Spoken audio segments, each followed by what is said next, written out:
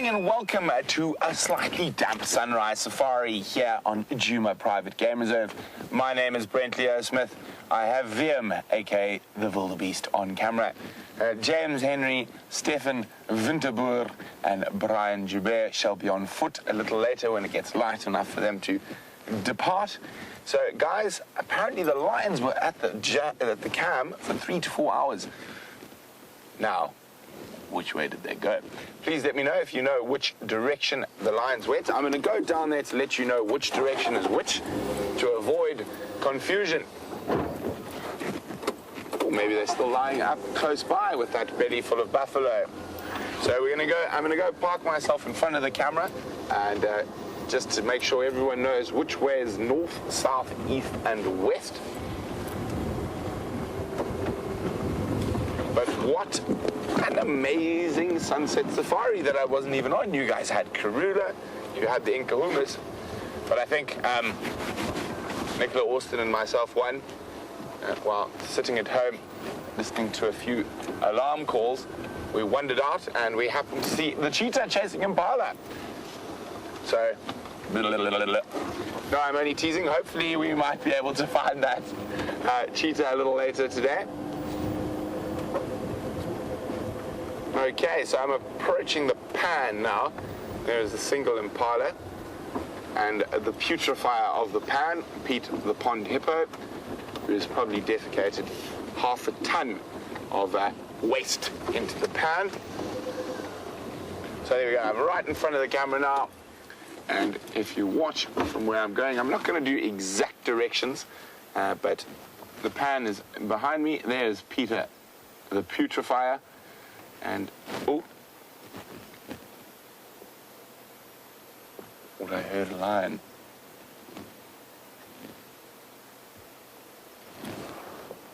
Nope. So if you're looking directly at Peter the putrefier, that is more or less north, directly over Peter. Back towards the Vuyatela Lodge is west. And of course, to where the light is starting in the sky is east, so directly behind us is east, and back towards the top of quarantine is south. So let me know which way the felines went. I'm guessing they might have gone down Twin Dam, so that's where I'm going to start, unless you guys tell me different.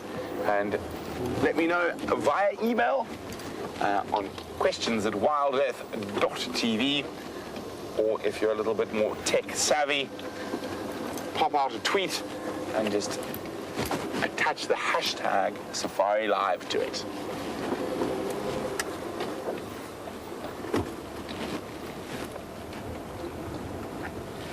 It's this incredible crisp smell this morning. There's been the minutest bit of rain. I would say we probably didn't get 1/2 millimeter, but it has been enough to dampen the dust and give us that wonderful fresh feeling. You can see I'm wearing a jersey, and that doesn't happen often at this time of the year.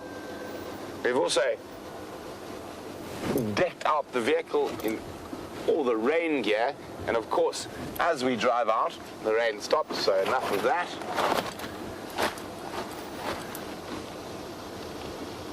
And it is going to make tracking a little bit difficult. So we're going to go very slowly to see if we can see those lion tracks. Let me know if I'm actually going in the right direction.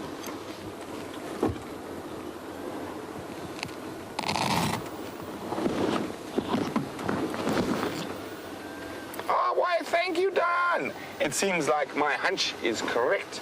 Lions last seen moving the direction of Twin Dam Road, and here we are meandering down Twin Dams Road. Also, those who are watching the cam will have seen I have a small human sitting next to Wium. The small human's name is LeeAnn, and she's new to our team. There we go, Wium. Oh, she's hiding. And if she misbehaves on the vehicle today, I am going to feed her to the lions. If not, we'll just leave her in the bush somewhere. But let's carry on. So if you hear any strange noises or squealing, I apologize. It's LeeAnn. She's got on Wildy and I's nerves, and we've decided to abandon her in the bush.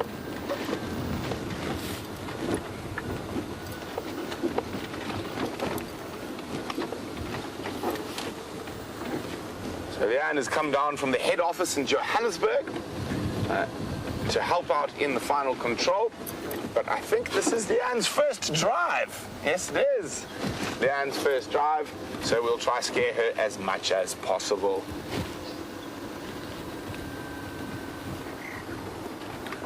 Okay, so we're coming up to a road intersection here, and that is where we're going to check carefully for tracks.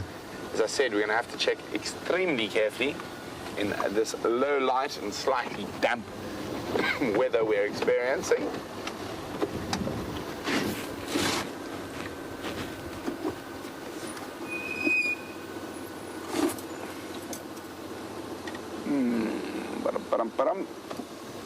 I don't see anything just yet. They might have cut through into the drainage. What I'm going to do is I'm going to head off towards Chelepan. If we get nothing there, cross the Mawati River system and then head back along Central. Every now and then I'm going to be switching off the vehicle to listen, not only to the wonderful birds of the dawn chorus, but more hopefully to the roaring of big cats.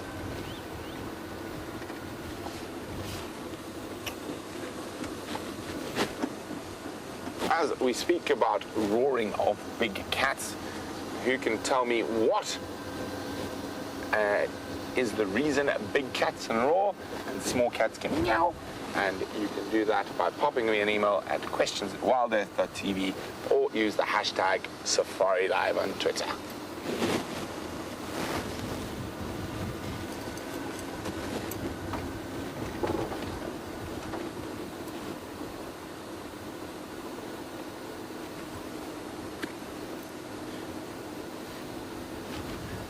Kevin Catfish has also said that now we have such a great debate that the lions were heading southwest.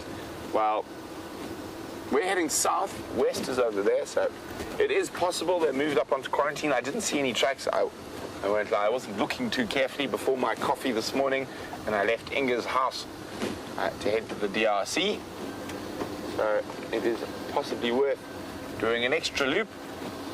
Instead of going north, we can go west, see if we got any tracks there.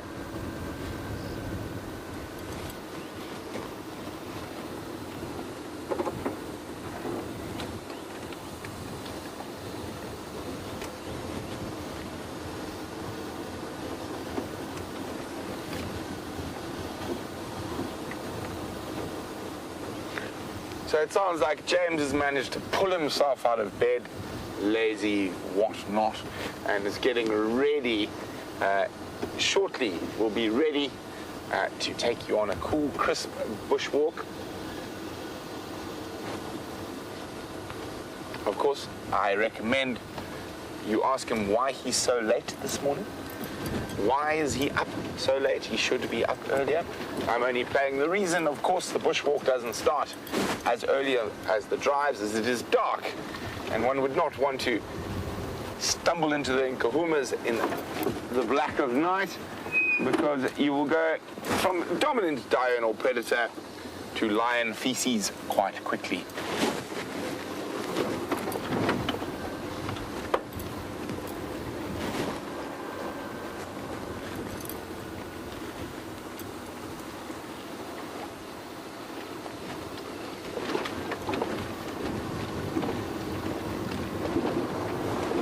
Now, this little bit of rain has caused me to see a ghost. I wonder what this ghost could be.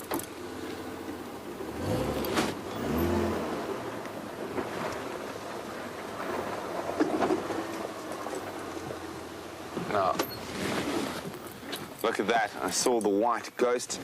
So obviously there is a communal nest spider that is spread all over the tree. But with, Liam's got the center of the nest there. But with this a bit of moisture, the drizzle we had earlier, it has made all the webs incredibly beautiful, quite airy in this low light. Suddenly you see this white ghost staring at you through the bushes. But not a ghost, just a communal nest spider. There we go. Filled with little drops of moisture. Now, you actually might find quite a few different species utilizing the fact that those spider webs have caught the moisture. Different birds and insects even will risk going close to those spiders just to have a drink.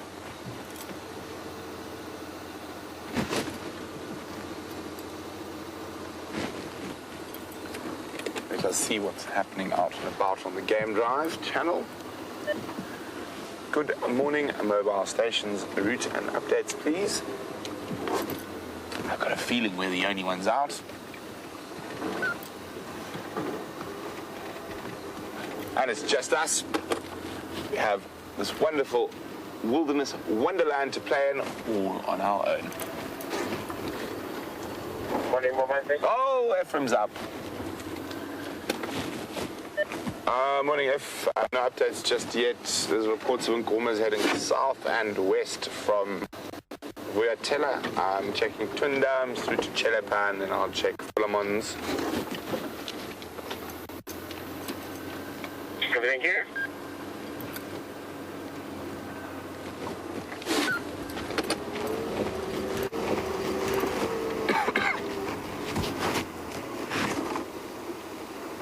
So the little bit of dampness we experienced this morning was not nearly enough to actually wet the earth, and a quick scuff of the shoe will reveal dry dust underneath.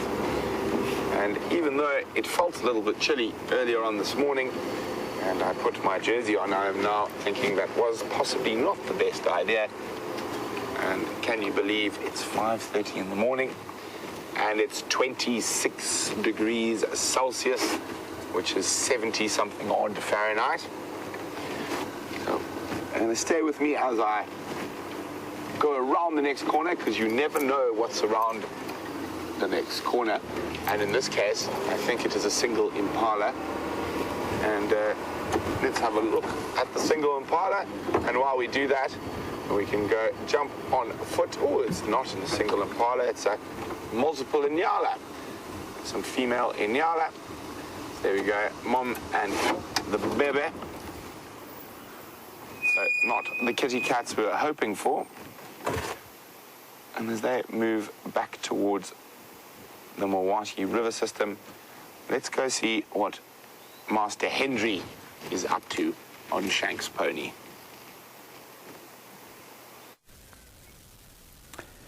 Good morning everybody, from this a sort of drizzly and very pleasantly grey morning here in the Lowveld of the northeastern corner of South Africa. We're sitting at 395 metres above sea level. Multiply that by 3.25 to get to feet. It's too early in the morning for my brain to be achieving that sort of mathematical feat at this stage. Our plan this morning, and you are on a live walk in the same way that you're on a live drive with Brent, so you can send us questions and comments as we go along. Hashtag SafariLIVE, questions@wildearth.tv. Our plan this morning is to head off in this direction here, and what we're hoping to find is tracks of that cheetah from yesterday. Now, a cheetah is imminently viewable on foot, which means because it is, well, they're not that nervous of us on foot, A, and B, they pose no danger to us. So it's a bit like viewing wild dogs on foot. They're slightly more nervous of us on foot than wild dogs are, but it does mean that if we can see the cheetah on foot, we should be able to have a wonderful sighting. Now, cheetah move big distances, so I don't want to get your hopes up. I don't want to get my own hopes up as we go along. That is our general idea. We'll look at some small stuff as we go along the way and see what we can find. We're in a huge clearing here called Quarantine Clearings, and that's the general plan of the morning. It's not afternoon, well, it is somewhere in some parts of the world, of course. Then there are some impala up ahead, so we're going to go and see if we can have a look at those. Now, my name is James Hendry. For those of you who do not know, on camera today, you will notice the camera is hanging at an angle that looks like it's being suspended from a high balloon. It is not. It is being suspended from the hands of all 6'3" of Bryan Joubert. That is why the angle is so particularly high. 6'4", sorry. I took an inch off him. He's also wearing some substantial boots, so we're probably looking at 6'5" this morning. There was some lovely drizzle, and unfortunately I think it's probably going to disappear, which is sad, but just a lovely smell of that petrichor, delicious smell of the earth just smelling up into us. Now, Ashley, you're in North Carolina. where I believe it probably is after afternoon, the evening, and you would want to see something like a snake skin. I will try and find you one. I will do my best. The best place to look are in sort of short ziziphus or buffalo thorn trees. Those trees are particularly well used by snakes to take their skin off. I'm just trying to get a view of the sun here. And what they do is, of course, a snake will get into a thorny tree and then hook the old skin into the thorns and then kind of wriggle out of the skin and reveal the new skin and then leave the old skin behind. And that's what happens. Normally starts at the lips and finishes, oh my goodness, and finishes at the tail. Look at that. Isn't that just too beautiful?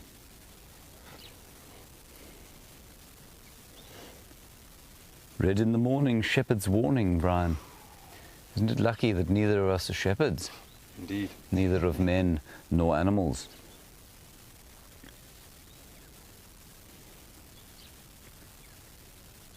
So I'm just going to be quiet for a little while, and I want you to absorb, if you can, the atmosphere of this perfect African dawn.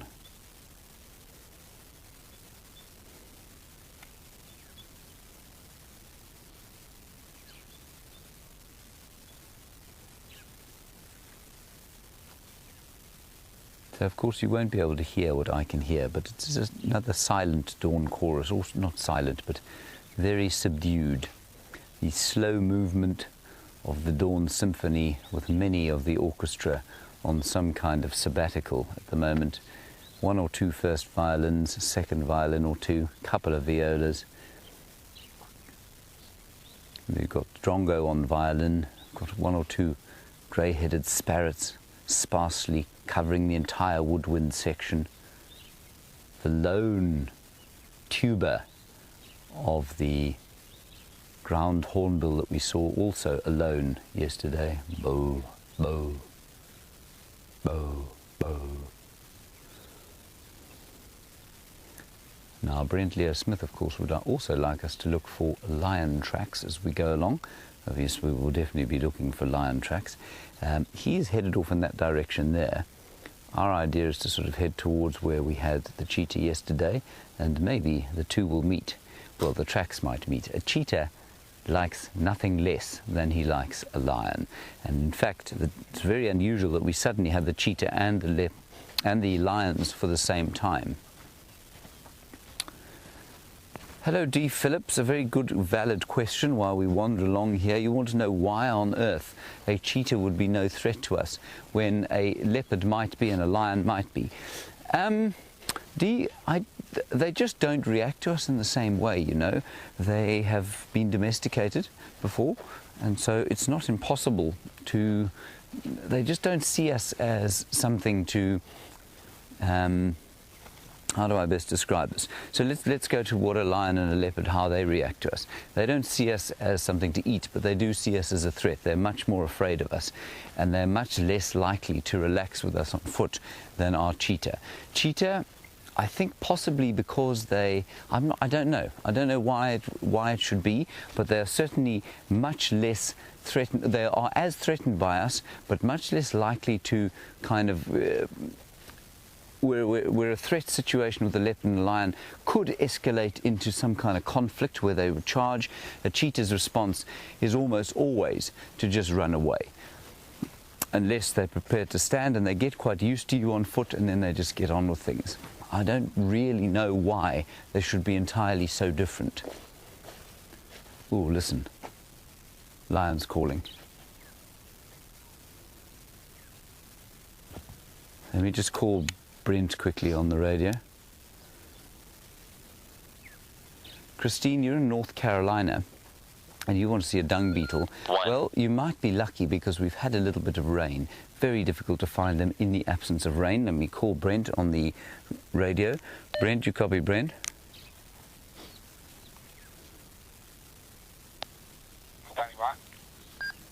Brent, audio of lions to the east. I'm not sure how far east. Copy. I'm Tunda and Mumbai Junction. What would you recommend? I didn't get that audio. I would go all the way to the cheetah cut line and listen there. Hi. Thank you very much. Okay, there's some impala just behind us. And they're just walking through there. And as they walk along the clearing, let's go across to Brent. He is heading towards where I heard those lions calling. You heard me say that I think they're in the east towards the rising sun. He's on his way there. Let's catch up with him.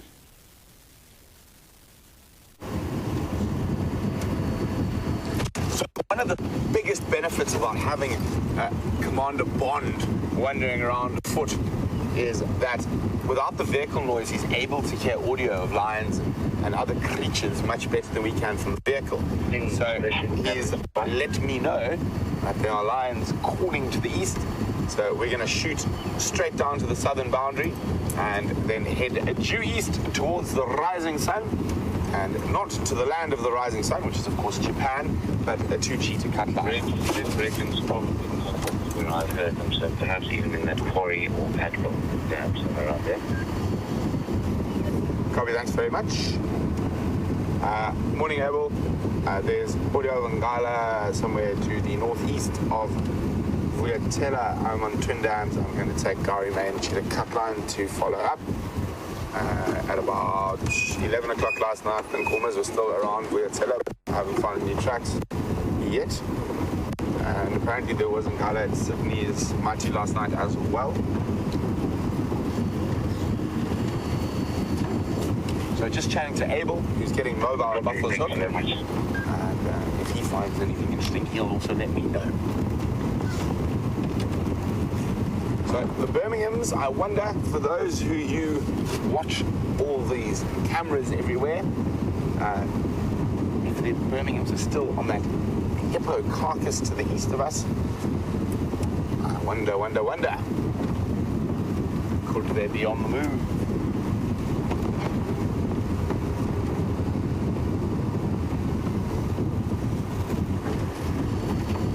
Well done, Kathy in Seattle and a few others who have got the reason lions can and other big cats like leopards can roar.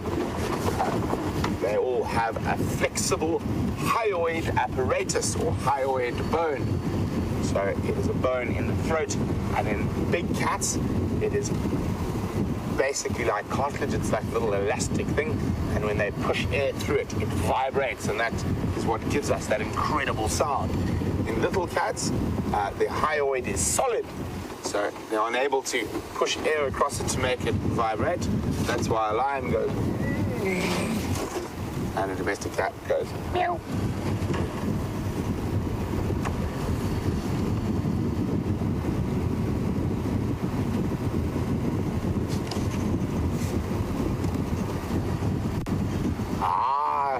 Clown Sharon has been paying attention to my many stories, and she says she thought lions roar because the scrub hair covered the lions in honey, and the bees thought the lion was the naughty one who raided their hive and stung him, and due to the pain he cried out in anger, and that's where he got his roar. And as a little African folklore we discussed on Drive a few days ago. If you guys behave, I might tell you another African folklore too.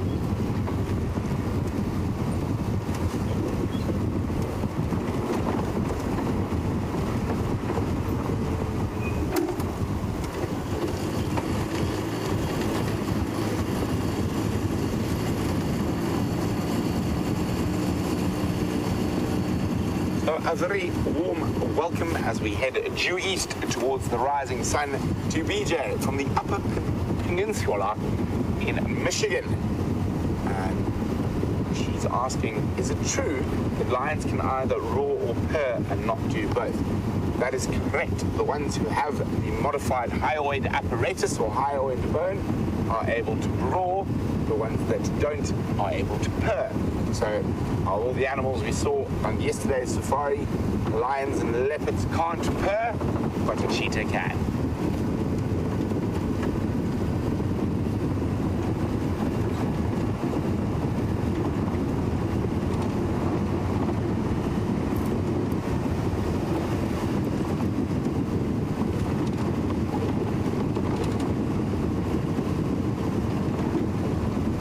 So Joe in New York is touching something incredibly interesting.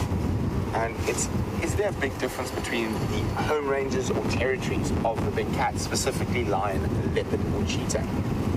Most definitely, out of all of those, leopard have the smallest. They have a core territory, and then they have a home range. The boundary of the home ranges can be quite porous, and you can have different leopards that will cross in and out, specifically with the males. But the core part of their home range is very exact.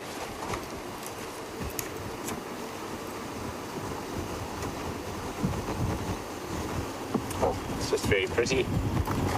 Thought I saw a silhouette cross the skyline there quickly, or the horizon. And in the Sabi Sands, or in the northern Sabi Sands, your average male territory is about 3,000 to 4,000 hectares, so up to about 8,000 to 9,000 acres. A female in the northern Sabi Sands is around 1,000 to 2,000 hectares, so around 5,000 acres. A lion has a group of male lions will have a much bigger territory, so the Birminghams probably cover 15 to 20,000 hectares in total. And the different lion prides, the female prides, have about 8,000 hectares.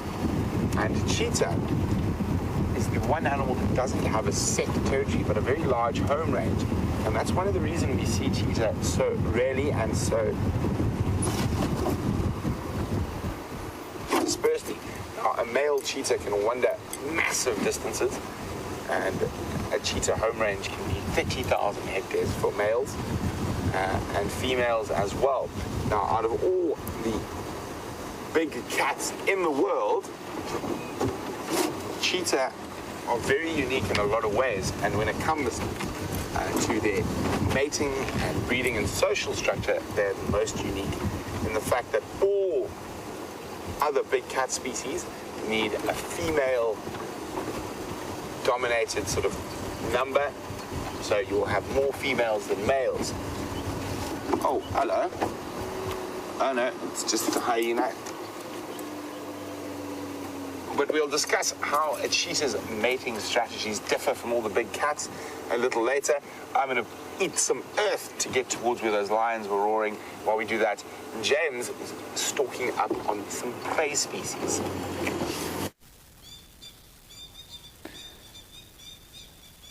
Coqui franklins are calling all over the place, echoing just down through that drainage line. The leaves there, and there you can see a herd of impala and a zebra's bottom, and they're very skittish. They were alarm calling at us. They took one look at Bryan's backpack. They ran up and down this clearing. You can hear them going, well, you probably can't, but they're going psh, psh, psh. It's their little alarm call that they're making. So something's up with them. I mean, it is certainly that they see us as predators, so they're a bit nervous of us, but we're not behaving like predators now. We are standing upright. We're not ducking behind something and trying to sneak up on them. And that definitely makes them slightly more relaxed. But you can see they are watching us quite carefully. Now what we're going to do is sneak slightly closer. I think there are tracks of the lions around here, and I've no doubt that this is the herd that the cheetah was chasing yesterday. And so they're probably a little bit nervous. Their blood is a bit up. And of course they're frolicking in the reveling in the joy of this magnificently moist morning that we don't normally have around here. I see the sun is coming up and possibly burning away the cloud already, which is a bit sad. But I'm sure that these animals are extremely excited by the fact that we have a little bit of rain. Here they go.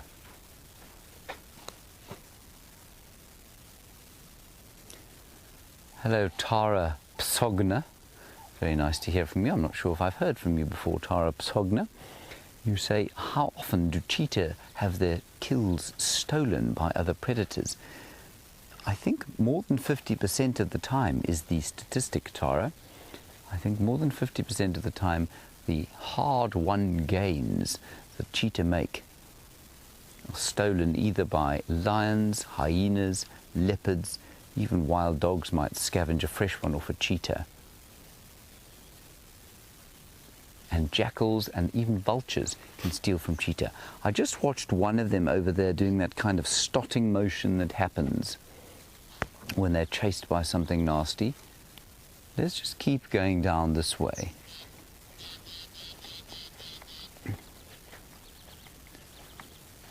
Rage Freak, if I can understand your question correctly, I think you're asking, do the herbivores ever have any land conflict with other herbivores? Is that correct? I'm just going to get Nikki to confirm that. Right, major land disputes. So, so inter-specific competition is what you're asking about. So that's competition between different species of animals, and do any of the herbivores ever have that?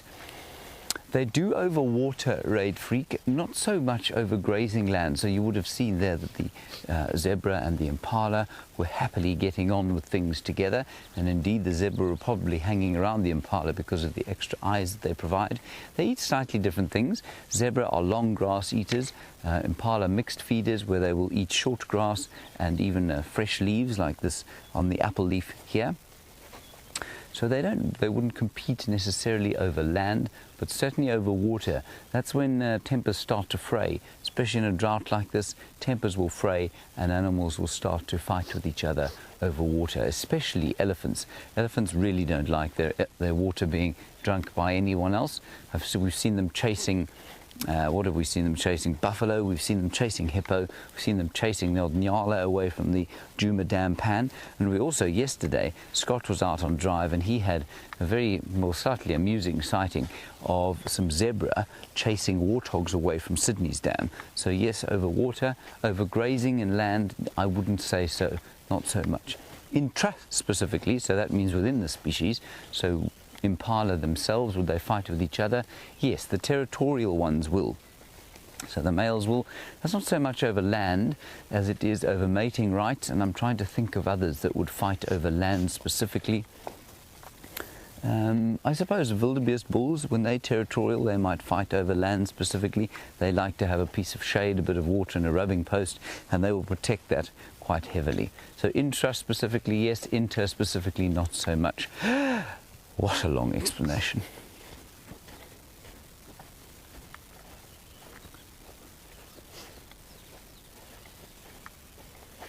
Now, Debbie, you obviously, I mentioned the fact that that impala there was doing that stotting thing there, and you wanted to know, you smell that? No. Debbie, I'm just going to stop here because it's a wonderful smell. Debbie, you want to know, you obviously saw the impala doing a stotting there, and you want to know if impala will alarm call the cheetah, like they don't at wild dog. At wild dog, they normally just run away at a great speed, and they do that stotting motion where they sort of kick their back legs out and they show how fit and strong they are in an attempt to dissuade the wild dogs. Debbie, they will do both. Nikki had them doing both yesterday, and I've certainly seen them alarm calling a cheetah. It's mainly because cheetah are a bit more considered than wild dog, so if they do see a cheetah, they will absolutely congregate together and go and look for the cheetah and make sure they can find where it is. A cheetah's best bet for catching something is when it starts to run. Wild dog doesn't care if it's standing still or running, they'll just run up to it and basically tear it to pieces, which of course a cheetah cannot do. Now there's a smell of sort of,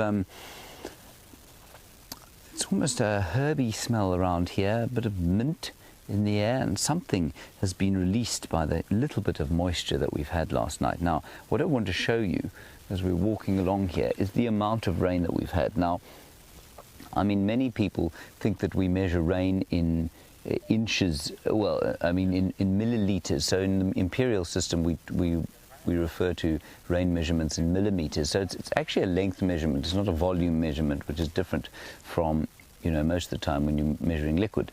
And what that means is how far down into the surface, how many inches or millimeters did the rain sink into the surface. And if you look here, not very far at all, less than 1 millimeter. So, I mean, a tiny fraction of an inch we had last night. But the smell here, it's quite wonderful. It's coming out of the soil here.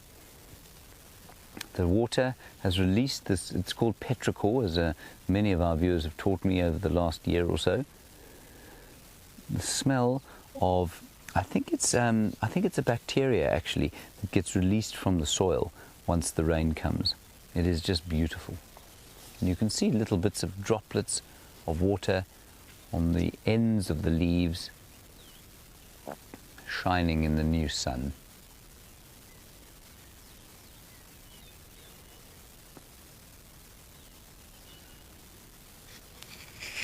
Now, a Twitter handle on the prowl, you want to know, I love these Twitter handles.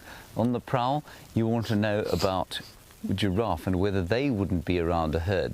You seem to be under the impression that a herd of impala like that and zebra would lurk about with some giraffe, because the giraffe obviously very tall like Bryan, and they can see predators much more closely. To a certain extent, yes, I suppose they might, but remember they eat totally different things. So for them to follow each other completely, they would find it very difficult to find enough to eat. So if the giraffe were around, I've no doubt that the impala would look to where they were looking if they became alarmed. But no, there isn't this kind of symbiotic relationship like that as far as I know. Thank you very much on the prowl. Let's head across to Brent. I'm sure he's getting close to where we heard those lions calling. We'll get an update from him. We're going to head into the thicket over here. So we are still eating the earth, and James and Stef thought the lions were in this general area. So I've slowed down now, and I'm just checking very carefully for tracks. Hopefully we'll see a paw print or three. And if we get no luck, and the lions happen to be to the east or the north of us, apparently there were some unknown lions in Sydney's dam. So that definitely is worth an inspection. Is it the Nkuhumas who managed to sneak past us? Or is it a new pride that has moved in from the Manuleti due to the drought? I'm hoping for a new pride. Always exciting to see new animals.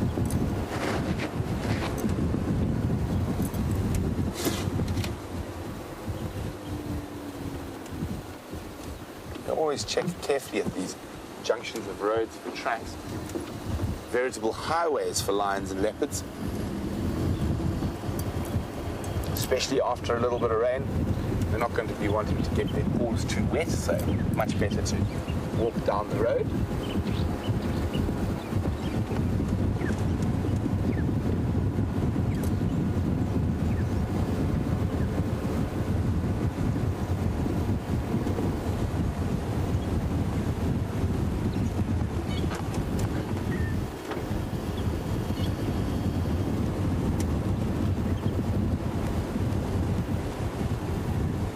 So I think it's Vor, V-O-R-O, or Voro, who's in Germany. B-O-R-O. Sorry about that. Boro. Sorry if we're getting your name wrong here. But who lives in Germany, in Berlin. So new to the channel, well, a very big welcome to you. Been watching for 2 days, loving it. Me too, I also love it. And we're on the search for big cats. And Boro would like to know whether we live in the wild. We do. We have 2 camps at the moment. And the camp that I live in seems to be snake capital of the Sabi Sands. I think we've had about 10 different species of snakes so far. The other camp seems to be the rodent capital of the Sabi Sands. Some corrugations. So we live out here for 6 weeks at a time. So pretty much it is home for most of us. And then we have 2 weeks of holiday every 6 weeks. And we are incredibly lucky and privileged to be able to live in an amazing area like this. And if you were watching yesterday's sunset safari, it was my evening off, and I was sitting with Nikki at our house next to the swimming pool, and we heard some impala alarming and some squirrels alarming, and we wandered off to the back of the house, and we got to see a cheetah chasing impala right next to the house. And we often have elephant around the house, lion, leopard, the occasional hippo who tries to climb into our swimming pool, and that would be Peter from the the pan. He decided our swimming pool looked better, and we had to make sure he didn't get into the swimming pool. So yes, we do live out here in the middle of the bush, and we wouldn't want it any other way.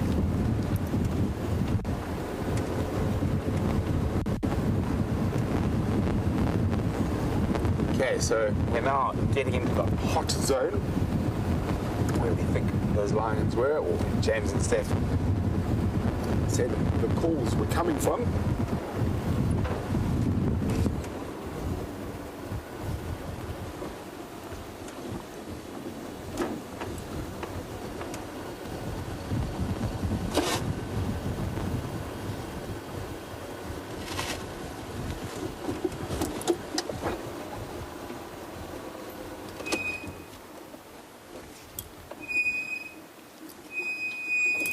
We're just going to stop here on the high ground. So, oh, hang on, let's just check down the road quickly first. And Lev, who's in Brooklyn, you can see the moisture in the air this morning,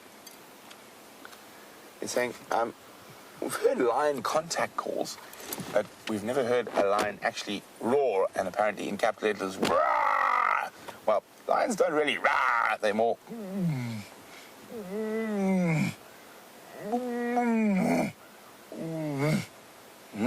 so that's a lion, a roar. So the only time you hear that sort of and more like that is when they're fighting over a carcass, or mating, or fighting amongst each other, whether it be for mating rights with males, or defending their territory against other males, or females fighting over a carcass or against other females. So the lion roar we hear the most is that, and that is to proclaim territory or to find each other. A lion contact call is actually something very different. If we hear a lion contact call, it's a very soft ow, ow, ow. So very, very different. And the perception of that is definitely from Hollywood and not from reality, Lev. But who knows, hopefully we'll have the lion roaring next to us very shortly. So I'm not even going to turn the car on. I've put it into neutral, and we're going to sidle down the hill. And that gives my ears a better chance to hear what's about. And we're also going to be checking very carefully for tracks.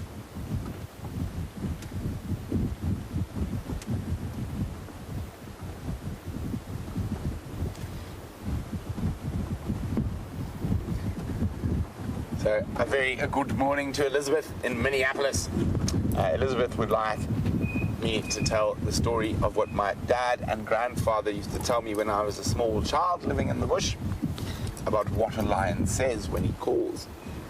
So, just, oh, I think I've accidentally, there we go, put on the windscreen wipers, and you can see they're very effective. So, Elizabeth, just for you. So when I was a small child, and I've pretty much lived in the bush my whole life, and my dad and grandpa used to tell me and ask us as kids, what does a lion say? What does a lion say? And a lion says, whose land is it?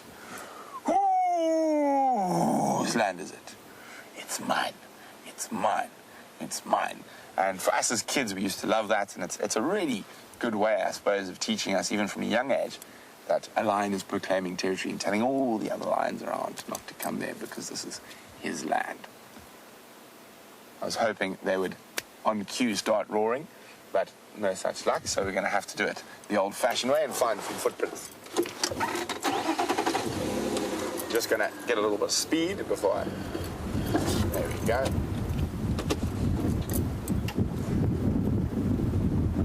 So while we look for the tracks of the largest and most well-built of the African cats, James has got the track of the slightest built of the African big cats. Hello everybody. Zoe, you wanted to see a cheetah track. There it is. Here is a cheetah track going the opposite direction from where we expected it to go. Bryan spotted it, and here it is. And you can see not very distinct, of course, because it is underneath the rain from last night. And I use the term rain in its loosest possible way. 3 lobes here. Can you see my stick, Bryan? Yep. 3 lobes. The back, obviously the 4 toes, much more extended than a leopard track, for example. And if I touch it, you can feel there is a crust from the rain on top of it. So I'll break it up for you now. There's that crust. So it's well under the rain. So when we were trying to find it last night, I suspect he came through here and continued his way north towards actually the Djuma Dam pan. Now our idea is to head towards there now, where an elephant bull was just seen. So that's going to be our plan from here. And I just want to quickly show you this amazing thing here. This is a dung ball. A tiny little dung ball, obviously hardened, rolled by a dung beetle and unearthed sometime last night by a honey badger, which is very interesting. So inside here will be the larva of the little dung beetle. So I know you wanted to see a dung beetle, Ashley, I think it was. And, well, this is probably the closest we're going to get, I'm afraid. So, dung ball, let's go back to Brent. We'll continue towards the elephant and these cheetah tracks. Keep you posted on the way. We're still sidling down the hill, stopping every now and then. This is what we can hear. So out in the bush, quite often, your ears will find you an animal long before your eyes will. So that's why it's very important to use your ears carefully.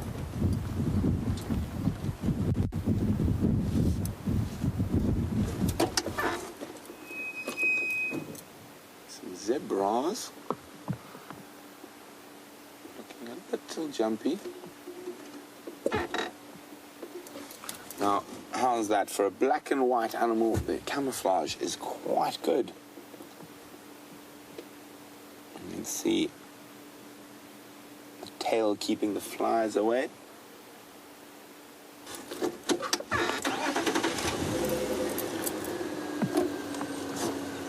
James Robertson has asked a question that I'm quite fond of, and we'll get to it in a second. I just want to check these tracks here. And it is a hyena track. Quite fresh. What can you see it there, Wildy? Am I too close? Oh, there we go. Yeah, and you can see how fresh it is. It's broken the soil. You can see it's on top of the rain. Well, rain is a strong word for what we had. Heading down towards the Buffalo's Hook waterhole. Or what was the Buffalo's Hook waterhole? It seems like an age ago.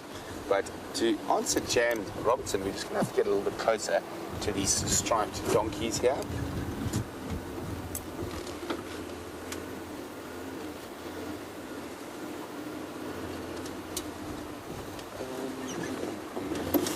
How's that for the stallion at the back there?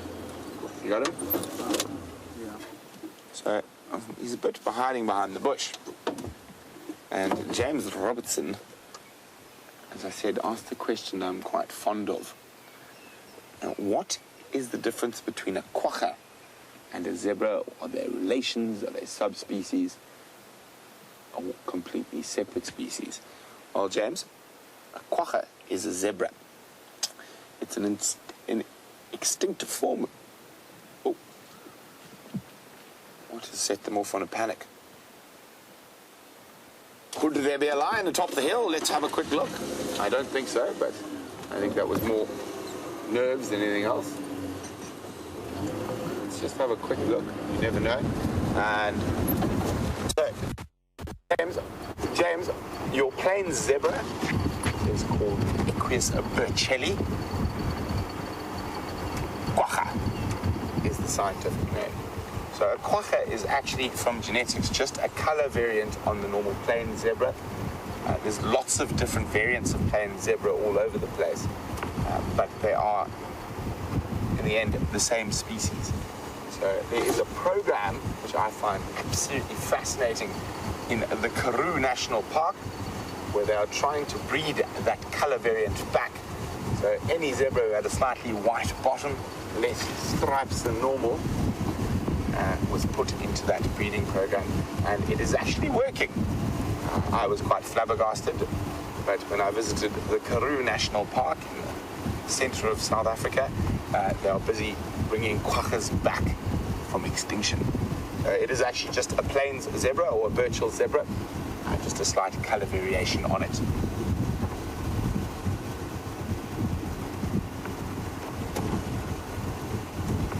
No lions atop the hill, no lion tracks thus far. But we're going to keep moving slowly.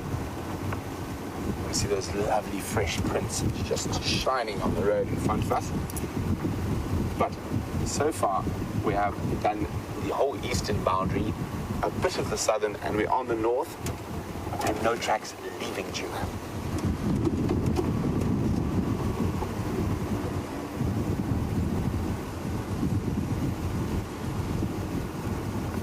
So we're on the prowl, and on the prowl, on Twitter would like to know, does purring mean cats are necessarily happy?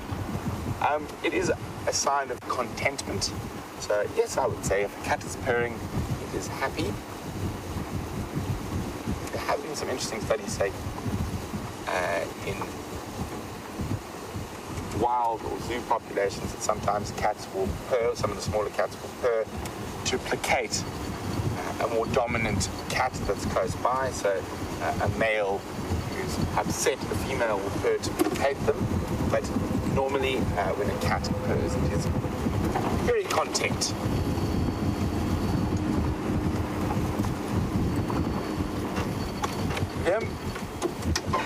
Any big fat kitty tracks? Nope.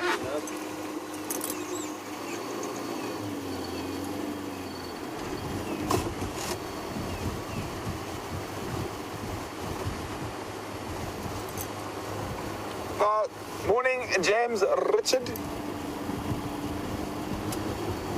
And James says, oh, I would love to see a giant land snail if it's rained, one of my favorite rain-loving critters. James, I'm afraid I don't think it's rained enough to bring out the snails, but I will keep a very close eye out for one, and so shall Wium. So Stef seemed to think that lion audio came from the quarry.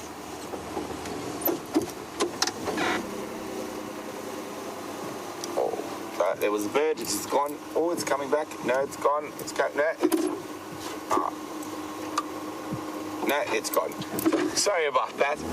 This bird was looping around. It was an African grey hornbill. But while we continue to check extensively on the northern frontier, let's jump back to James, who's getting his morning's exercise. Now I'm standing upon this termite mound as a kudu might, showing myself to the wilderness, demonstrating all 5 feet and 8 inches of me, the enormous plover-like legs that I have sticking out of my large shorts. I'm not only standing here for that purpose, I am standing here, of course, because we heard an elephant herd in here. We heard a herd. And then over here to the other side, there was an elephant bull that was seen on the Djuma Dam cam and seemed to be heading this way. So I was trying to see if we could spot him. We're still going to try and spot him. But going along the road here are the lion tracks of the Nkahuma Pride, I think. We found evidence of them chasing zebra last night, somewhere around a quarantine clearings. And so that's what's going on down the road here. I don't know how close they would be. I know that Brent was asking for a giant land snail. When Brent requests, of course, I deliver. This is a giant land snail. So Richard, you were asking Brent for a giant land snail. Well, there he is. This one, of course, is no longer extant. It is expired. It is no longer. It is dead.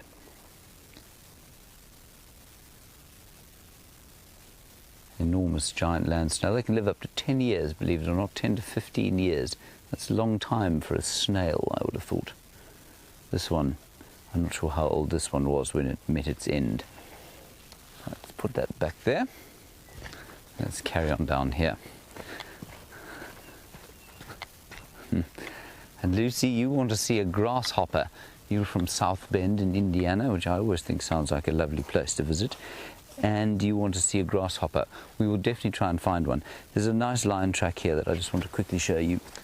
And I want to show you for the reason not so much that it's a lion track, but because it's fresher than the cheetah. It's not fresh, but it is fresher than the cheetah.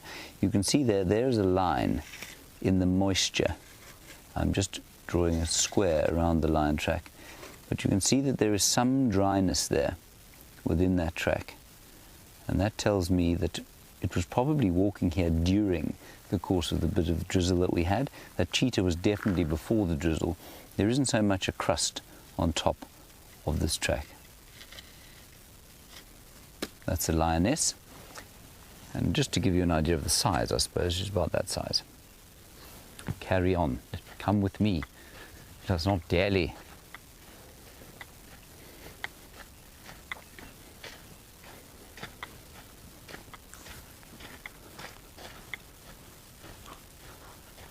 And Debbie, of course, we've chatted a lot about the fact that lions seem to have, there's some oxpeckers calling, so we're going to just pay attention to where they lie down, or sit to fly down. They're not going to lie down, because they will, of course, sit on buffalo, and we don't want to frighten a buffalo.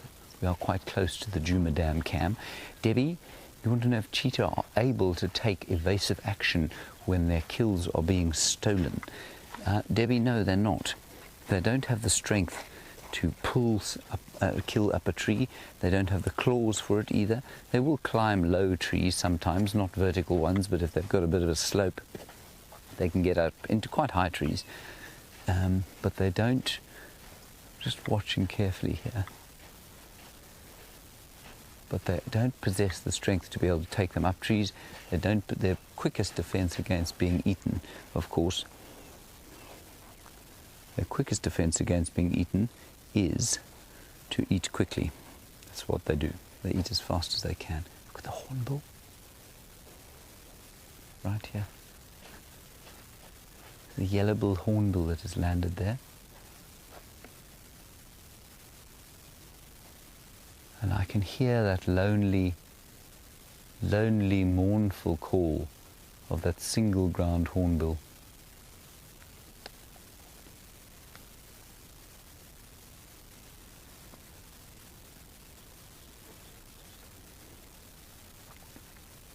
Isn't that pretty?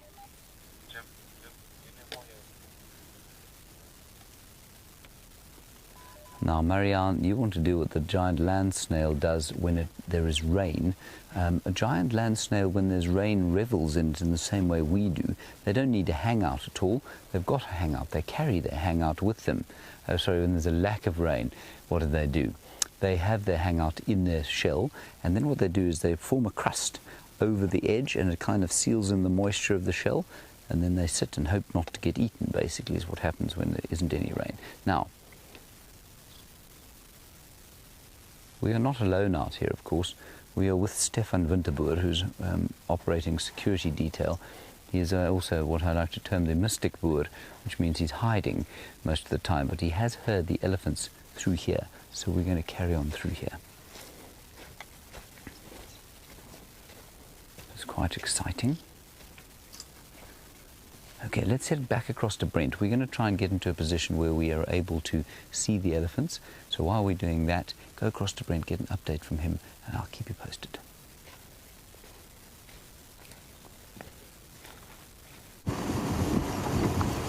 So we are now still moving very slowly down the northern boundary, and unfortunately, I think the large elephant bull James is tracking, we've just spotted crossing the northern boundary. I'm trying to call him on the radio.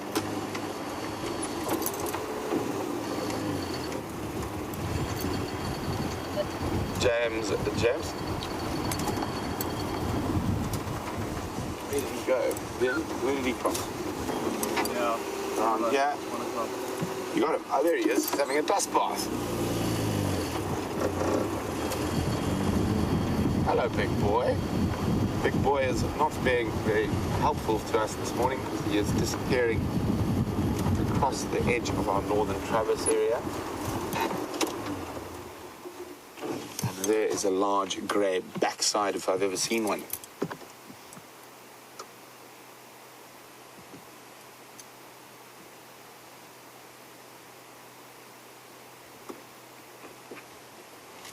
I think he's listening to us. He's stopped.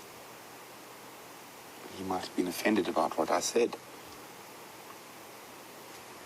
He's a nice big bull, adult bull, so definitely over 30, probably closer to 40. And he's going to disappear into the bush shortly.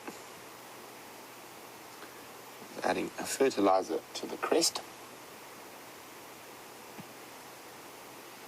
Actually hear it hit the earth there with a thud. Now adding nitrates to the soil, which we can also hear.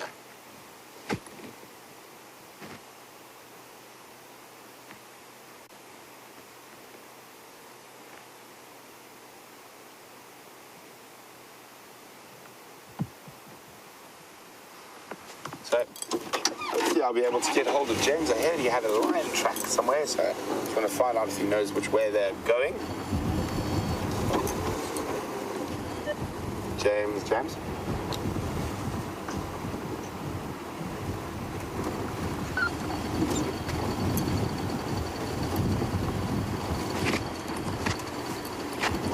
Sorry guys, my microphone is coming loose. Can I have a bit more tape there, please, Liam?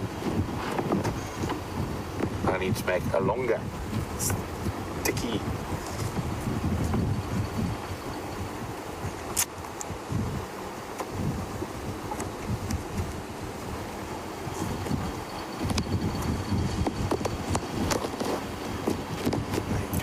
Think that's going to work, Liam? That looks like, there we go. Attaching the microphone. Thank you.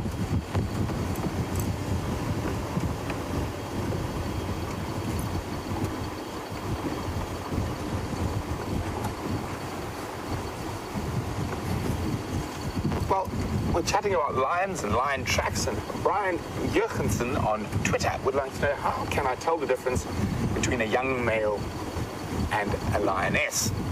Well, from about a year and a half, a young male lion's tracks are already bigger than his mom's, and he's got a lot of growing to do normally into those tracks. Oh, there's a little duiker running across the road. Hop, skip and a jump. There, showing his expert camera skills there, tracking that duiker through the bush. Well, very positive note so far. We've traversed quite a lot of the boundary, and we have not seen a single track departing. So it's a very strong possibility that the Nkuhumas are still inside Djuma. So fingers crossed. We're going to keep checking just to make sure they haven't crossed. And we're basically then going to slowly work our way through. I know James is heading in the direction where those tracks are, so I'm going to leave him on foot. I'm going to cover a wider area in case they've moved a bit further.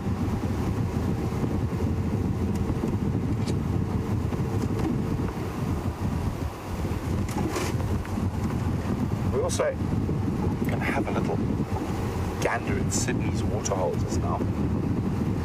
Of course, Jamie has got Sydney's waxed every time she goes there. Creatures seem to appear out of nowhere. I'm hoping that a little bit of Jamie's luck will rub off on me.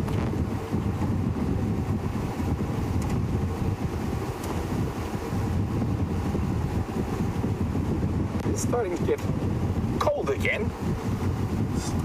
Debating whether to put my jersey on. It's a very welcome respite to all of us. Have a little cool weather.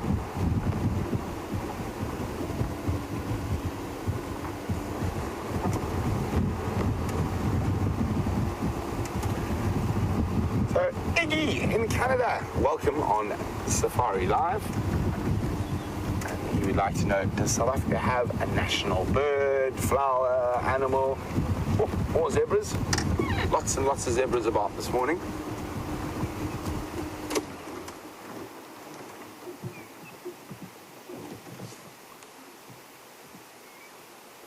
snorting at?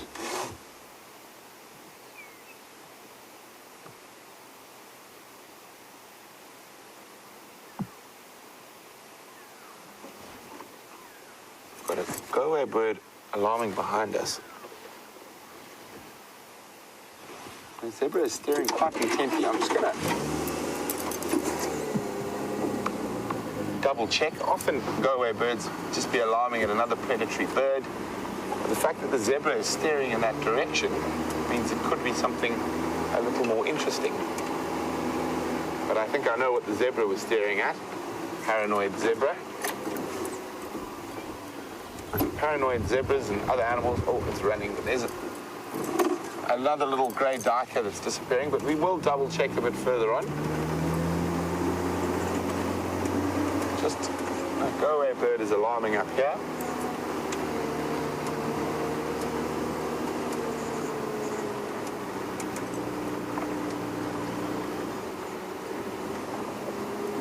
Them, you see anything? I see an impala.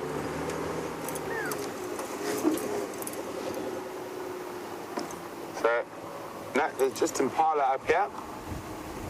So the go-away bird is probably alarming at something like a slender mongoose or another predatory bird species.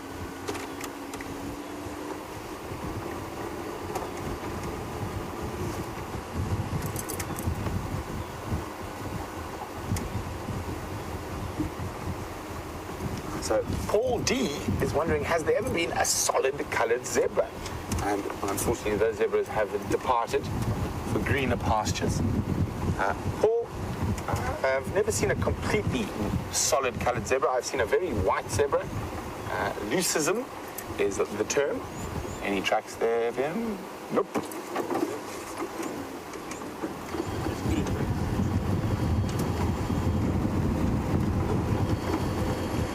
So, Iggy, I will get back to your question shortly, but James has got something incredible to show you while creeping around on his own 2 feet.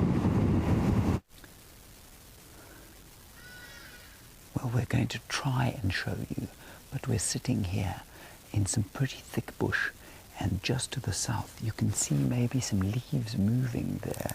There is a herd of elephants here.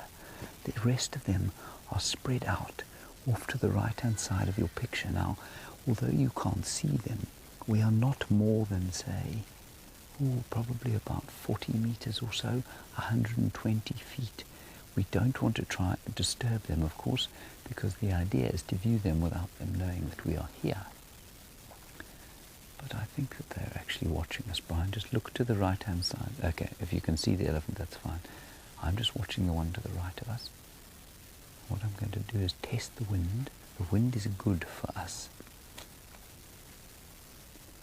The wind is fine for us at the moment. Now, for those of you who might be worried, for those of you who might be slightly worried about our safety, remember we are being very careful here, and we're checking the wind constantly. Now, even if these elephants saw us, I think they would be relatively comfortable because they can't smell us, and B, because we are not sort of in some thick bush trying to hide from them. We're standing pretty much out in the open. But that said, to try and approach them closer would possibly be to invite some kind of, not conflict, but certainly an engagement, which we don't want to do. So I'm just going to stand up here, see if we can't get another view. They're not far away, they're just inside the bush here. But you can see between us and them, there's nothing in the way of a termite mound or some sort of high ground or cover that we can use in order to get a good view. So we think that bull, can you see them there, Bryan? So we think that bull that was seen at the Djuma Dam Cam is following this herd. That is very common. One of these elephants might be an estrus, and that would encourage the bull, of course, to follow the herd in search of love. We are, of course, in the month of St. Valentine.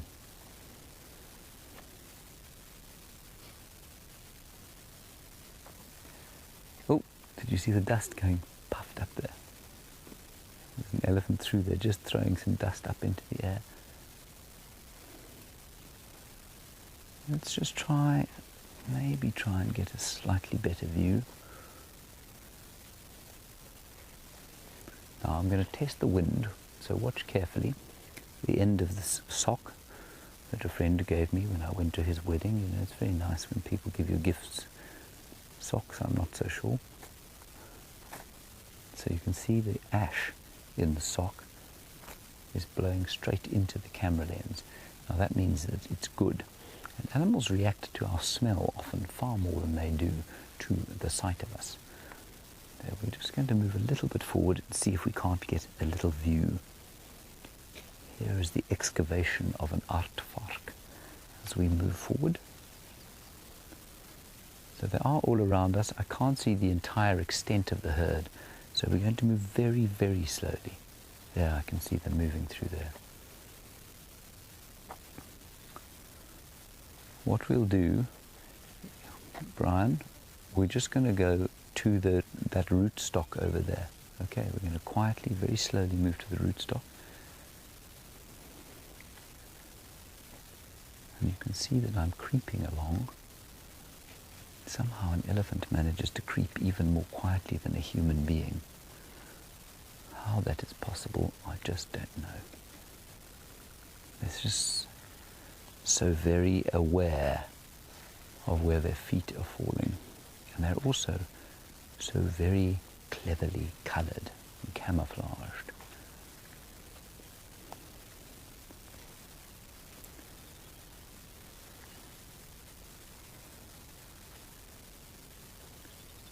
Yeah, they're close by now.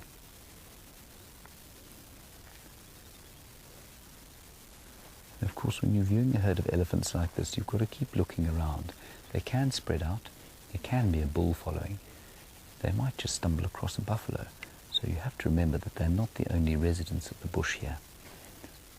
There's another one.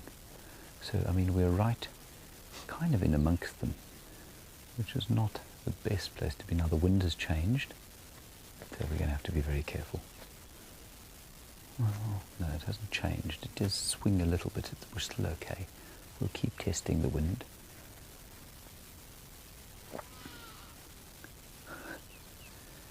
A hardy-dar calling, hoarsely. Obviously had a nice party last night. The smell is incredible, this beautiful petrichor smell.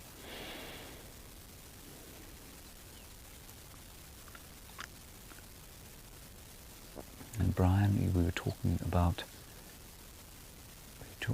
bird calls and the hardy-dar call, and you have obviously heard us refer to the go-away bird, and you want to know why it's called that. It's called that because it says "quack, quack," which means go away, go away. That's why they're called the go-away bird. It's an onomatopoeic term. Okay, let's get, you see this dead tree here, Bryan? Let's turn around and get a nice view from there. We're going to try for one more view, and then we'll hand you back over to Brent. It is just very thick, and so to be approaching elephants too closely in bush like this is not very smart. So we're just going to go up to this dead tree here, try and get one more view, and then we'll hand you back to Brent.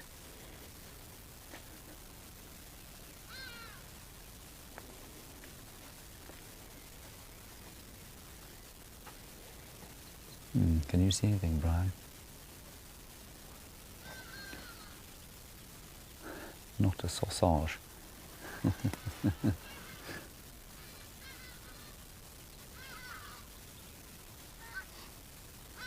Okay, I can still see them. They're just melting kind of through the bush here. I don't think that they're aware of us at this stage.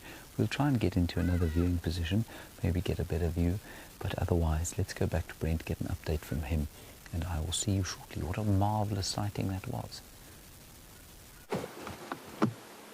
So we're about to approach Sydney's waterhole, and there's some serious weather coming in across from the west. Hopefully we do get a bit more rain. But let's go have a look if there's any creatures at the waterhole.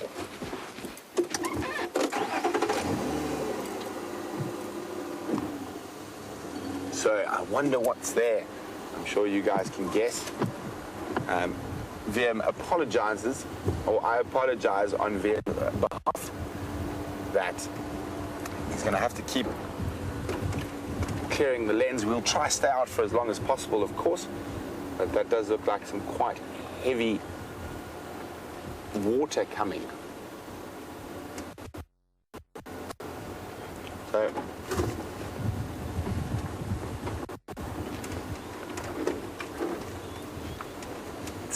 Iggy was asking about South Africa's national birds, flowers, etc. And from Canada, where Iggy's from, they have a beaver, a loon, which is an aquatic bird for those who don't know, and a maple leaf. So our national bird is where have I put it now? A blue crane, and I will show you what a blue crane looks like shortly.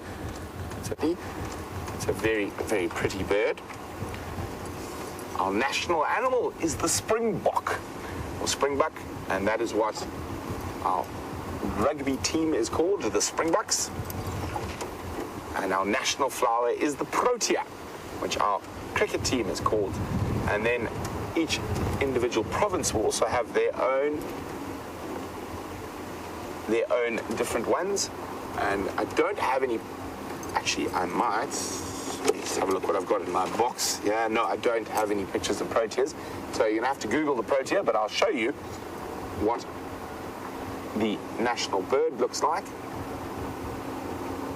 And there's a giraffe staring intently. Oh no, at Abel.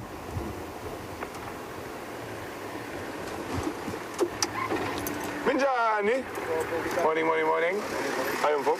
Not dog, yeah. From the north. From the north. Is it from the north? I'm sure, yeah, but I So there's no Nkonzo of Nkumas coming out of Vuyatela, so I think they went.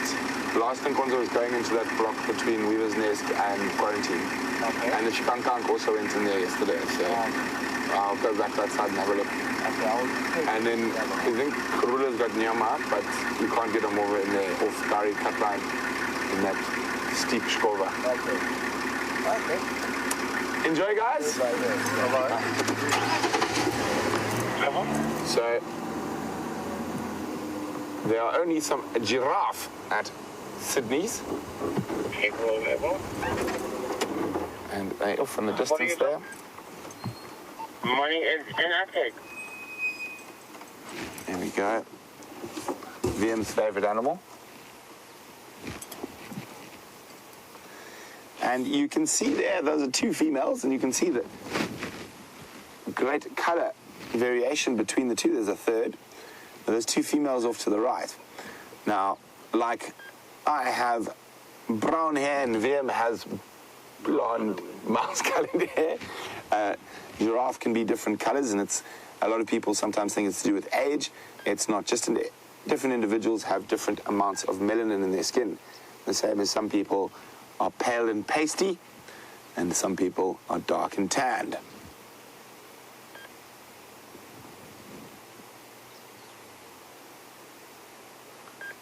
So I heard a report there were lions around here last night. I'm not sure which lions there may be, but we'd come have a look.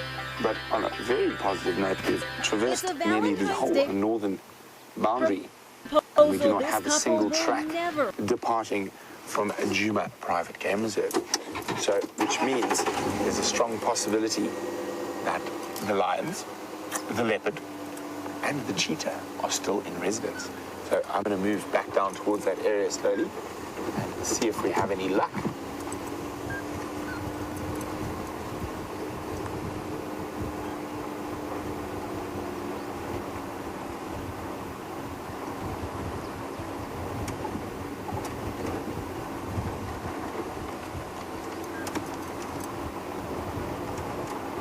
So we're just going to have a quick look at South Africa's national bird. There we go. The blue crane, and it is a very pretty bird, very tall bird. but with most cranes, this did this to me the other day. I somehow managed to get confused how to make this at play. There we go.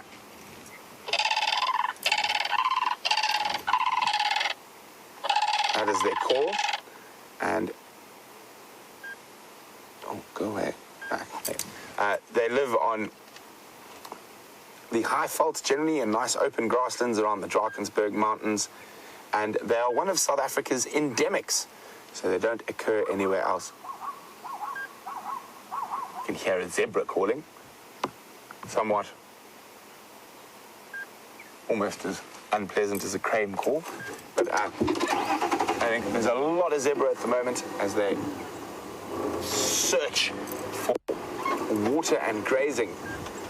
Now, Robin is wondering about that cheetah that was seen yesterday, and I did say I would explain cheetah territories and movements and mating in a little bit more detail a bit earlier. So Robin would like to know, is that cheetah possibly a young male trying to set up territory? Difficult to say. So cheetah have home ranges that are quite porous, so males will overlap regularly, and they have vast home ranges. A cheetah can easily wander around, a male cheetah in particular can easily run around 30, 40,000 hectares, 80,000 acres. They do have areas that they prefer, but on a whole, they're semi-nomadic is the best way to describe it. The only time they are actually in one place for an extended period is when a female has cubs, then she'll stay in an area for a while. But as I was saying, they have the most unique mating sort of strategy of all the big cats.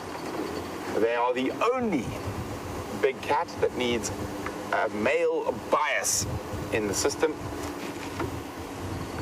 to be able to breed. Sorry, I'm just waving at Candace and Edwin from the Sabi Sands as we move past their house. They're having their morning coffee, which we rudely interrupted. So when I say they need a male bias, so every other big cat needs to have more females than males, and cheetah's the opposite. They need to be more males than females. And a female cheetah will often turn down 4 or 5 either coalitions or single males before they'll actually mate. And this is one of the reasons they're so endangered, because they live in such vast home ranges that females often don't encounter males that often. So they need a male bias, and so females will often walk straight past 3 or 4 males that are feeling amorous, completely ignore them, and only go on average with it is the 4th or 5th male that they'll mate with. So it's very interesting, a completely different strategy from the rest of the big cats.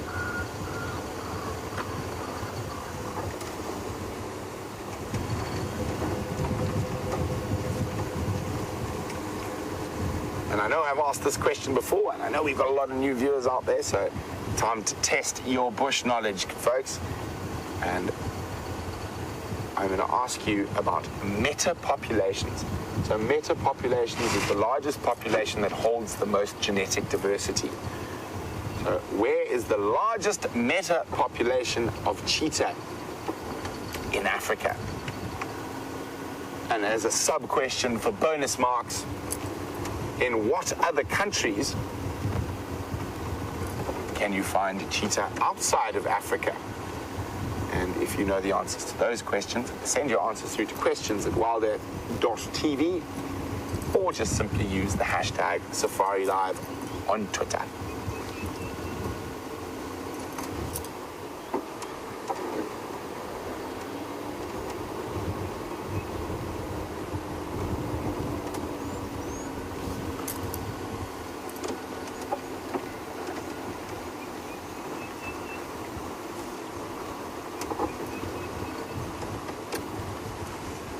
Going to try chat to James quickly. He's asking for an update of where I've wandered around this morning. James.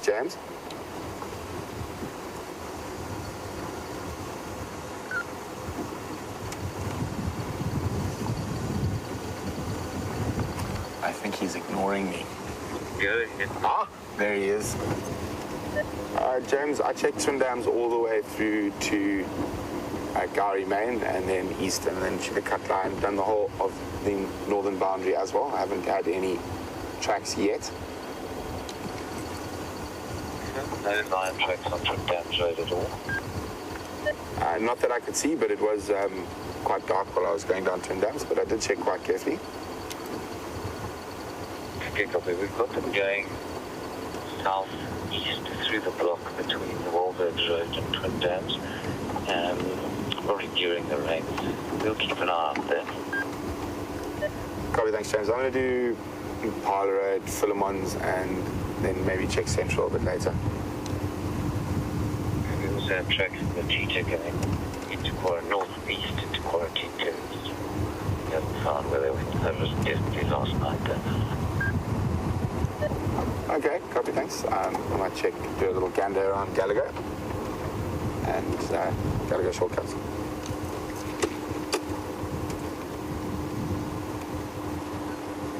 Okay, so James has got tracks of the Inkahumas heading southeast. So he's checking that area. I did check Twin Dams this morning. We didn't find any tracks coming out. So hopefully James has some luck and he can see some kitty cats while on foot. And also tracks of the cheetah. We're going to go have a little loop around that area. Maybe, fingers crossed, our big cat luck is going to hold out.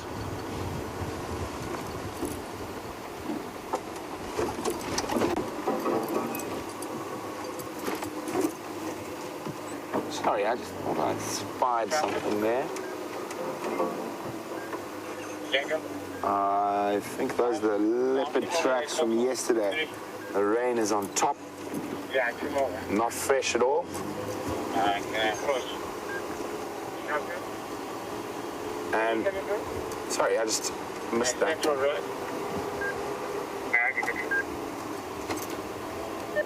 If sorry, my radio's been down. What's that update? Yeah, it is Kankan City. Copy. Is it single Wanun? 211. Ah, there we go. So different cheetah found to the east of us. Thank you. Two male cheetah. So, sorry, I'll be with you in a second. Not yet. Last track's going southeast in the block between Quarantine and Twin Dams. James is following up on foot.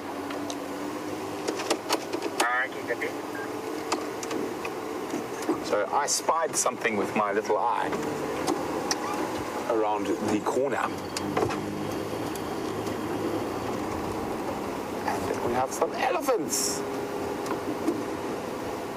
Or at least one, no, at least two.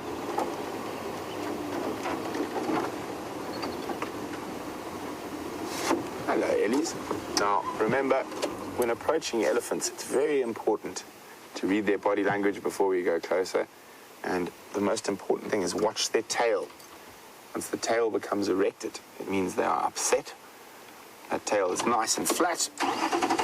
And always pop the car into low range. So your revs are much lower and you can move slowly and steadily without causing them any undue stress.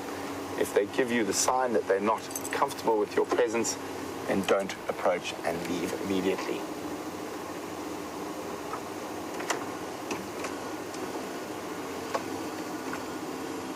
I only see two, but I think they're part of a larger herd. There we go. Hello, little one.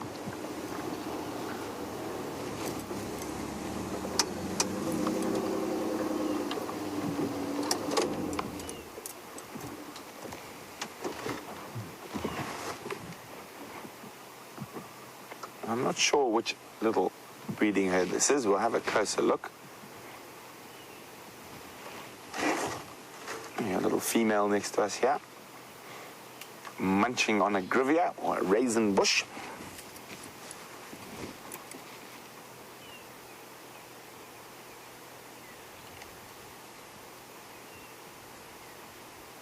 Definitely look to be a little bit more sprightly than they were yesterday, enjoying this cool weather.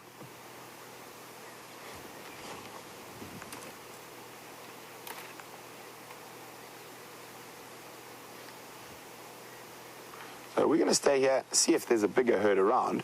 But while we're watching this elephant from the vehicle, let's go have a look at an elephant on foot. Okay, everybody, we've just come across a musk bull elephant. He was the one that was there. There he is.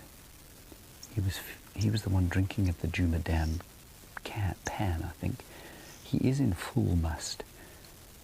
So we're not going to approach him any more closely than we have here. We kind of stumbled upon him and he swung around and shook his head at us because, well, we just weren't aware enough of where he was. And then we backed off a bit, checked the wind, and the wind is fine. But we're not going to approach him any more closely than we are now. We're probably about 50 meters from him, 150 feet or so. You can just see those magnificent tusks moving through the bush there.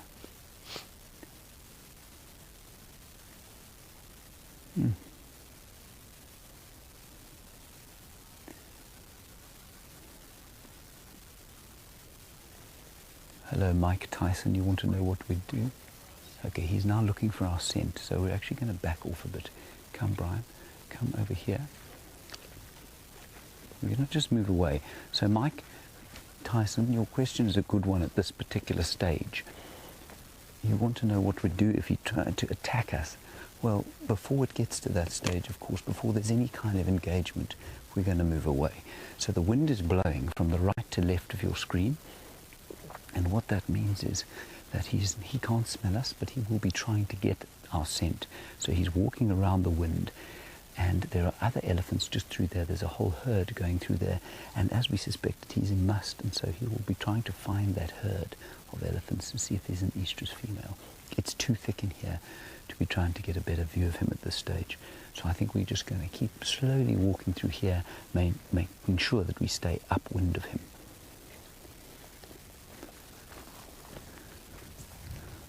So we'll just quickly try and get another, well, we'll see if we can get a view through here. And it's interesting, you know, I think that elephants have got eyesight probably as good as ours. But he turned around and he walked into the wind to try and sort of get around and smell of us, even though he could see us, which I think is very interesting.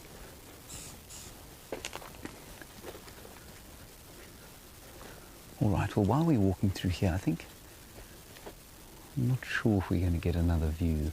Let's go back to Brent and catch up with him. We'll see what's going on here and we'll keep you posted. So unfortunately those ellies moved into some quite thick bush, but I've got an interesting little thing to show you guys here. If you're wondering how to age elephants, this doesn't really work for bulls, but for cows and breeding herds just based on the side.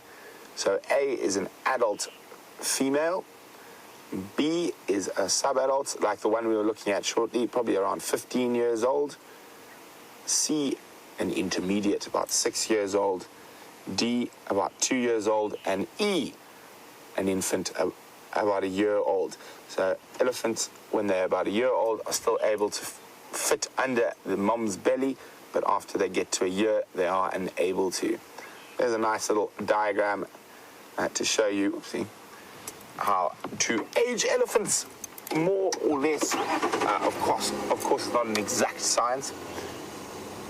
Without climbing into the elephant's mouth and observing its teeth.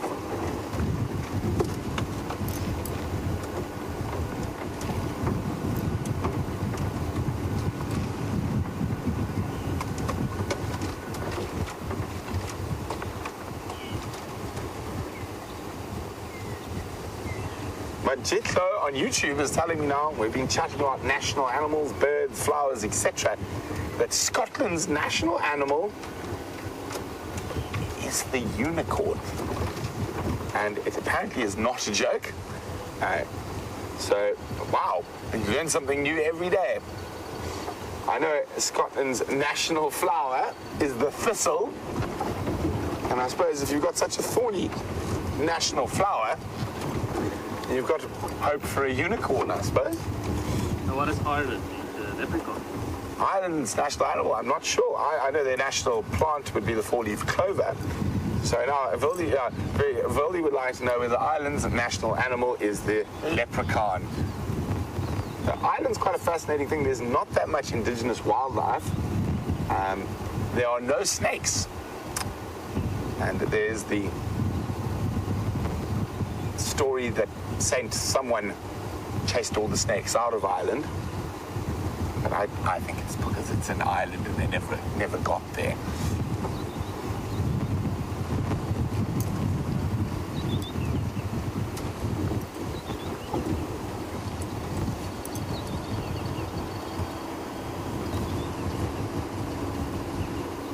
So, carrying on the national and flowers and provincial flowers and that, Iggy saying their flower is a white trillium, which is also protected, but very nice to see in early spring. Well, where we are now, in Mpumalanga's national flower, provincial flower is a thing called a Barberton daisy, which only grows around Barberton, which is a town to the south and east of us. My home province, which is the best province, Wium might disagree with me, is KwaZulu-Natal. And our flower is a strelitzia, a wild banana. It's a Tsotsi province. It's a Tsotsi province. Wium says KwaZulu-Natal is a Tsotsi province. For those of you not sure what a Tsotsi is a Zulu word for a gangster, pretty much. And I think the only Tsotsi around is Wium. Oh, hello, little hinged tortoise. Here we go, we have a Speaks hinged tortoise. And it looks like it's got a very strange indentation. I think, oh dear, I think he's narrowly escaped mauling by a hyena or a ground hornbill. And you can see dragging the back left foot. And his carapace has managed to save him. But you can see he's going to move. I was going to go have a closer look, but shame. I'm sure he's had quite a rough night. That looks like a very fresh injury. And there's quite a few different animals that might have been able to do that. The two most common culprits are actually probably lion and hyena. But they don't normally stop. I think he's escaped from a bird like a ground hornbill that's tried to break open his shell with its powerful beak. But shame, we're not going to stay too long. He's obviously had a rough night. And it's quite likely we might see a few more tortoise moving around in this cool weather. After that, even that slight little bit of drizzle we've been having and had earlier, there'll be lovely moisture on the grass that they'll be able to drink, so they'll be out feeding in force, trying to build up enough reserves for the cold winter months.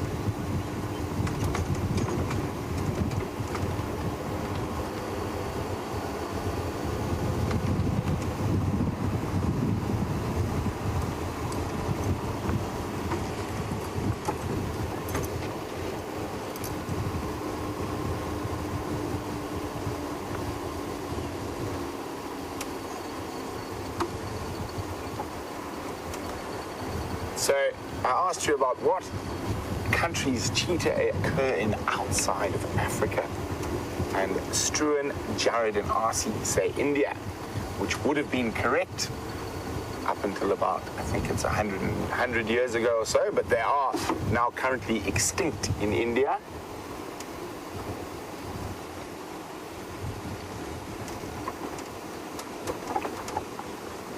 Well done to Safari, Dean and Donna. So there's a very amazing population of cheetah in Iran. And in the desert there, they've managed to somehow survive all this time. And the thing about cheetah, with them being semi-nomadic, they do pop up in strange places. So it is possible all the countries surrounding Iran might randomly get a cheetah, a dispersal cheetah at some point, but at the moment they are only in Iran, outside of Africa.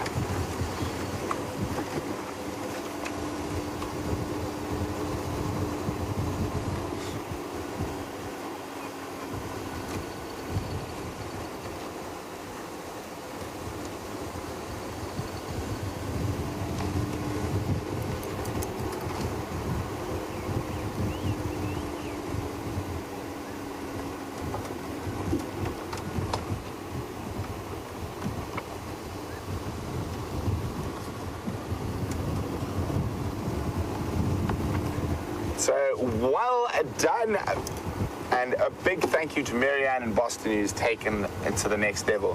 I also asked where was the largest meta population of cheetah, the one that holds the most genetic diversity and potential for the species. And often people will assume it's the Masai Mara or the Serengeti or Namibia or Botswana, but it is actually the Greater Kruger National Park. The area we're in at the moment holds the largest number of cheetah in Africa. So absolutely fascinating. If you have a look, LeeAnn has, I think, tweeted some of that information.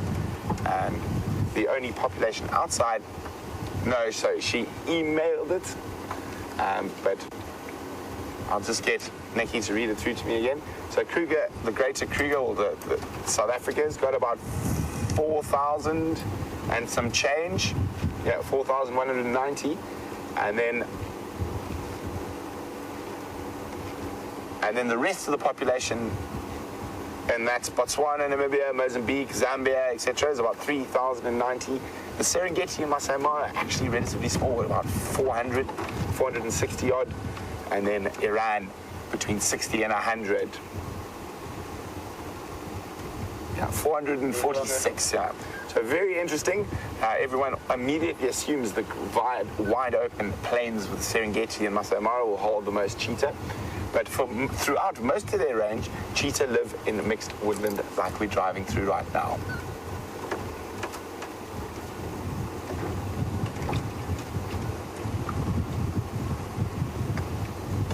And here comes, I apologize for the spots that are going to appear on the lens shortly. Can feel a bit more. Cheetah spots. Ah, see, Wium is now goading me, mocking me. Says, you mean the cheetah spots? I'm hoping, Wium, I'm hoping. Will a leopard be okay, though? Wium doesn't even want to see a leopard. He only wants cheetah this morning, so we're going to try and produce that for you. While we do that, let's jump on foot with James.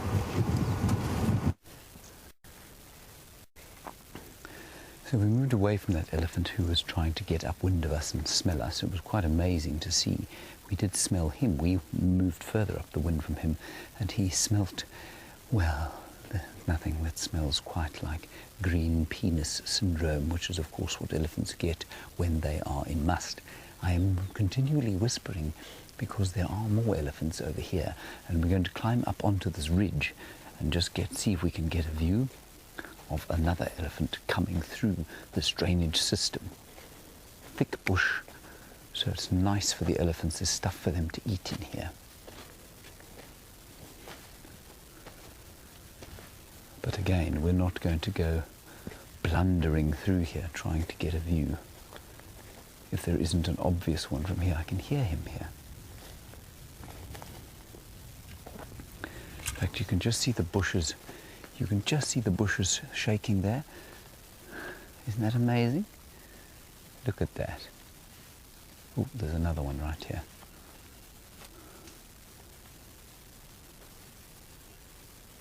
Hello, Juliet in Wyoming. You want to know if animals are put off by the scent of soap and powder and Bryan's delightful aftershave. Juliet? I'm not sure that they're put off by it. They're put off by human scent, absolutely. They don't like our smell. I think it's more a scent of our pheromones. I don't think it's the soap. I don't think it's the kind of aftershave and our cosmetics. Although those will obviously be very unfamiliar to them. But certainly they pick up our human scent through amazing other scents. So if you park a Land Rover which smells basically of petrol, especially if you're driving jigger. It smells of oil and petrol and brake fluid and grease and grime. But if the wind changes and you're viewing elephants and the wind suddenly blows from behind you, they will pick up your human scent through all the stink of that mechanical engine and the exhaust smoke and all of that, and they will react to that immediately. So I don't think that our soap and cosmetics make a big difference. I'm just listening to another herd of elephants calling in the distance, a youngster going, wah. Otherwise it's all peace, but everywhere we turn there is an elephant, and it's so funny. Some days you have days like that where you cannot move 20 or 30 meters without seeing an elephant. We're not going to approach that elephant any closer. What we're going to do is head up the drainage line. The tracks of the lions did cross down in here, and I think the rest of that herd and possibly that musk bull is coming this way too. So we're going to just head further north up the drainage line towards the Djuma Dam and see if we don't pick up further tracks of the lions. Now Donna, you're in Rhode Island, and while we extract ourselves from this situation, you want to know about bees and whether or not we've seen them on bushwalk. Yes, I've seen plenty of bees on bushwalk, Donna. We have never seen, I've actually seen a swarm of bees on bushwalk.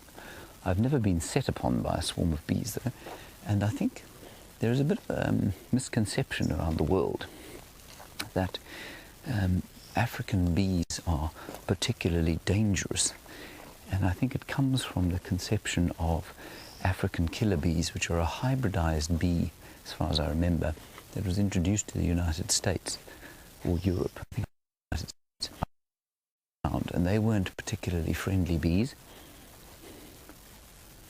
But no, I've never been set upon by bees here. Bryan, you've been set upon by bees? One sting here and there. One sting here and there, says Bryan. Also listening carefully, I can hear octopuses calling all over us. There were some other through here, this fellow country, walking with great care and slowness, but it's just one to walk in some green, relatively landscape compared with what we're normally in.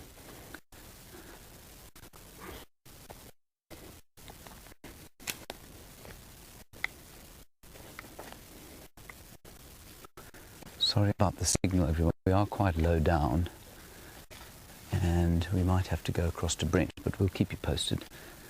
The idea now is that we try and find those lion tracks.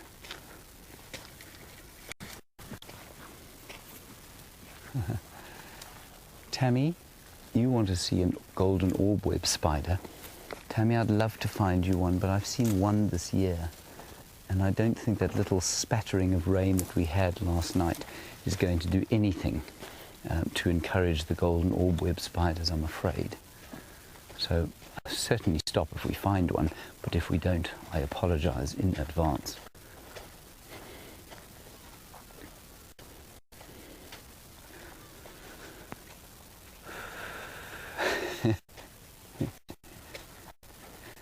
Let's just stop and answer this question. We have 4-year-old Ella in Minneapolis. Ella, you're still awake. You want to know if we get rabbits in Africa. Ella, we do get rabbits in Africa, but not around here.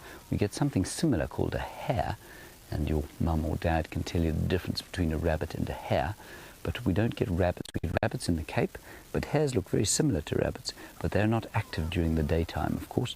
They're active at night, and that's when we might be lucky enough to see what we call a scrub hare. Thank you, Ella. What a lovely little question.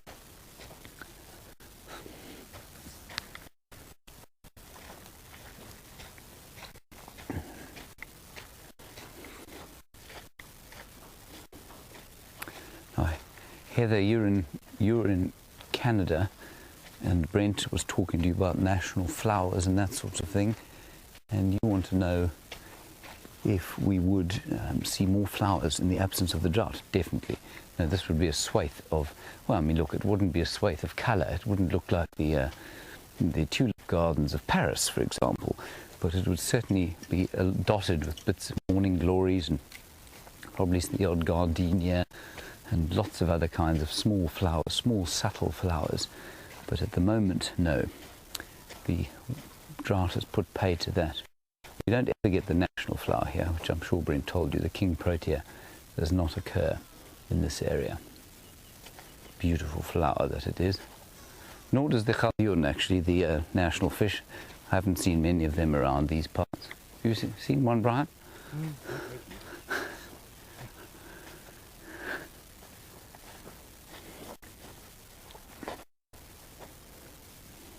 Just listening here.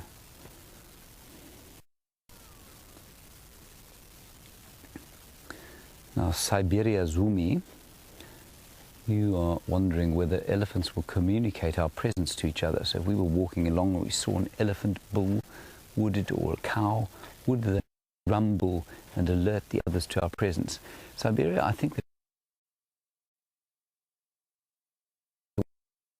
way of saying there are people over there, watch out. I don't know. I wouldn't say it's beyond the realms of possibility, but absolutely they will have a rumble alarm of that makes them all look up and look in a particular direction. Good question.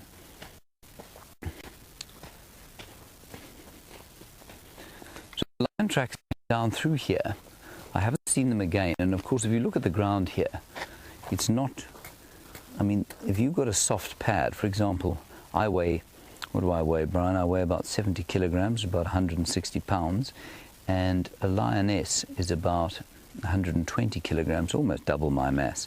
But I'm not leaving any sign as I walk, no obvious sign. And a lion, little soft pads, I don't think it's going to, she will leave a sign, and to a highly experienced tracker, they may be able to spot some tracks here, but it's going to be very difficult on the top of the crust of the rain to find any tracks. Look at this little pan here.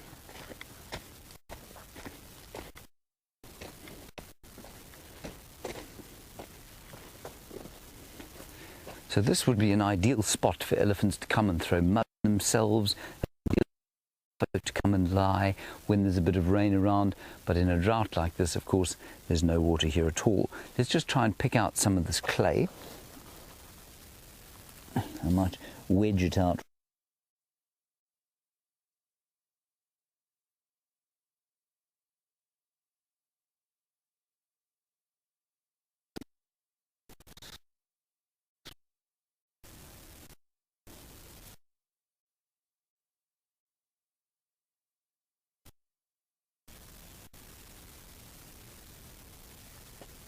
Right, we're back. Sorry about that, everybody. Froze there, Bryan. You didn't freeze, did you? No, no. Retrieve. Thing about clay, of course. I mean, this may bore the tears out of you, but I think it's quite interesting. Clay like this, you can see it's cracked up here. Clay is full of minerals, and a lot of those minerals and various kinds of compounds are ionic, which means that they hold a charge in the same way that, well, like an iron holds charge. It's difficult to say, to make it more simple than that. But what that means is that when they are wet, all of those minerals go into solution, which means they mix in the water in the same way that if you mix salt in water, you get a splitting up of the sodium and chlorine that make up the salt, and you get sodium ions and chlorine ions, or chloride ions. And if I'm not mistaken, same thing happens in clay like this. And when the water comes in, that all goes into solution. And then when the water disappears again, those ions are reattracted towards each other. And what that does is to create this contraction of the clay. And when they go out of, so when then it rains again, they go into solution and they start to repel each other out, in the same way that two magnets might repel each other. And that's why the clay, you get these example of why you get these cracked clay areas. So for those of you who are chemically minded, that's why that happens. For those who are not, wake up again, and we'll continue going along here and see if we can find some lion tracks.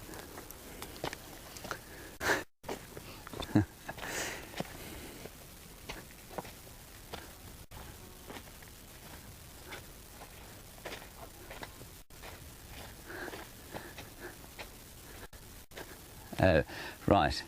Okay, let's quickly A wonderful comment from Insomniac here, who says Ella's mother or father, aged 4, are probably panicking because they might not know the difference between a rabbit and a hare.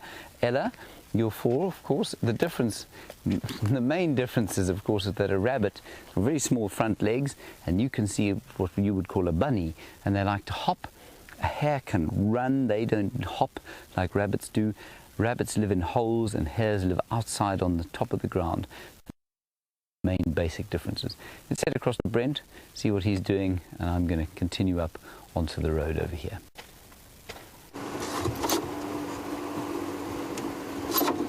Hello, we are searching and searching. Unfortunately, we haven't even found the glimmer of a track.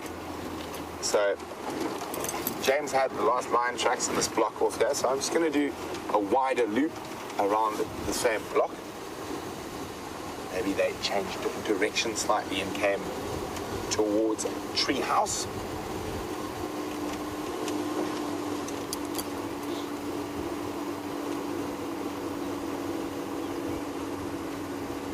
Kyle McSitters would like to know, would a bird alarm at a cheetah? Most definitely. They would alarm it the same way they alarm at a lion or a leopard.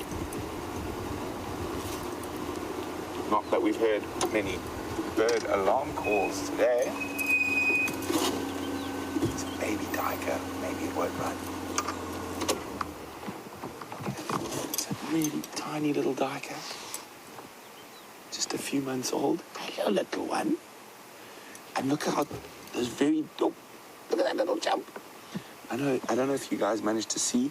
He's sniffing towards us, but just underneath its eyes, you've got very distinct preorbital glands, although its head is obviously firmly behind the knob thorn. There we go. You can actually see that little slit if he turns his head again. The preorbital gland used for scent marking. Oh, it's a tiny little guy.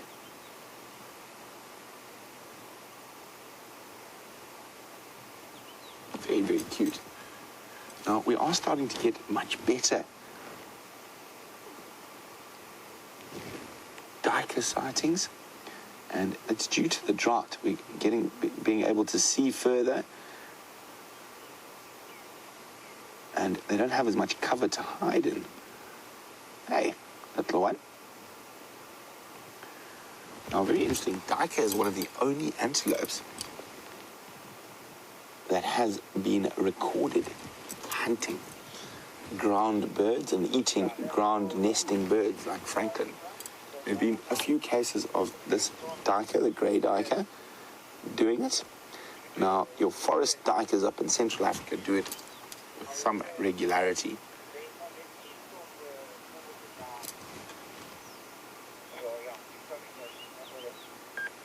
Definitely one of the best sightings we've had of a little duiker.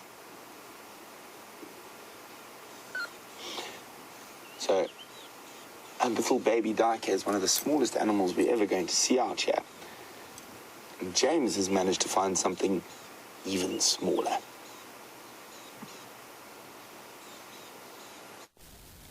Now, small this is, but it is the largest, apparently, ant that we get here, well, one of the largest, and it has a rather interesting name.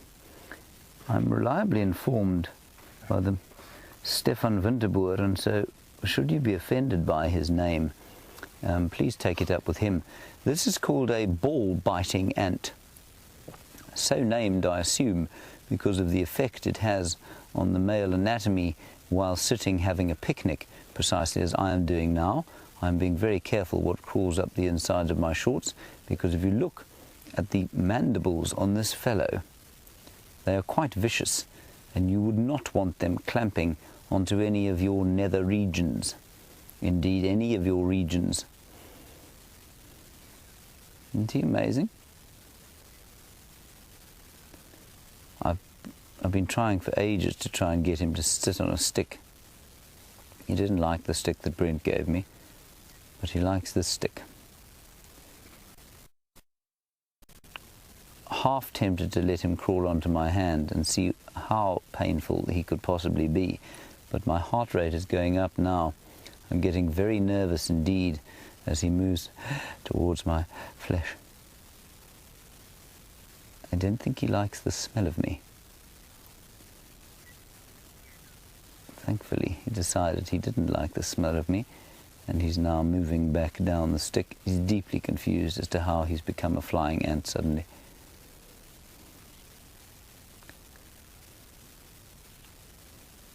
And you can see his feelers bobbing about the place, trying to figure out what on earth's going on.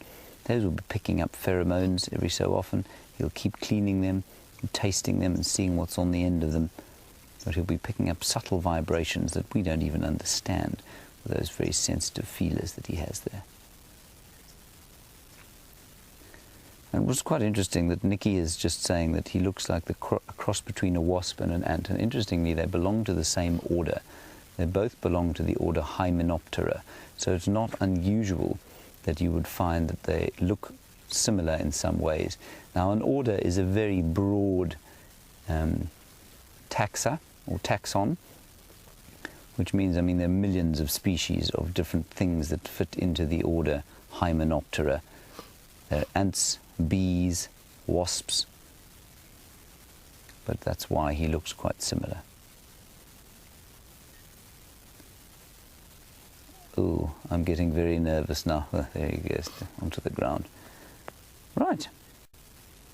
That is the ball-biting ant, everyone.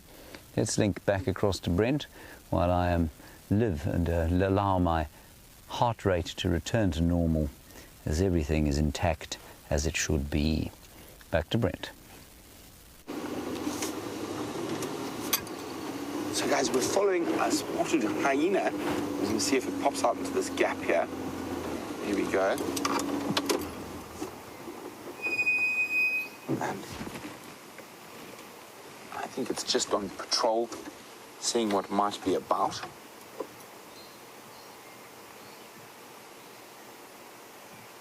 They cover vast, vast distances. Let's try and sneak forward again. I've lost sight of it. Wium, do you still have sight? Where are you? Oh, there it is. It's changing direction, heading off into the drainage.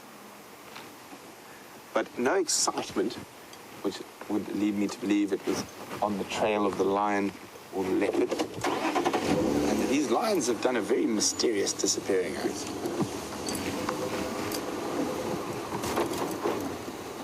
So still no tracks anywhere. I know. And unfortunately, the leopard that's out and about, Scott said he heard her catch a duiker in an inaccessible area. Might go have a little check around, see if maybe lying up outside of the inaccessible area a bit later. But I'm quite astounded that we haven't seen any nice fresh lion tracks this morning, because they definitely haven't left Djuma, so they're still here somewhere.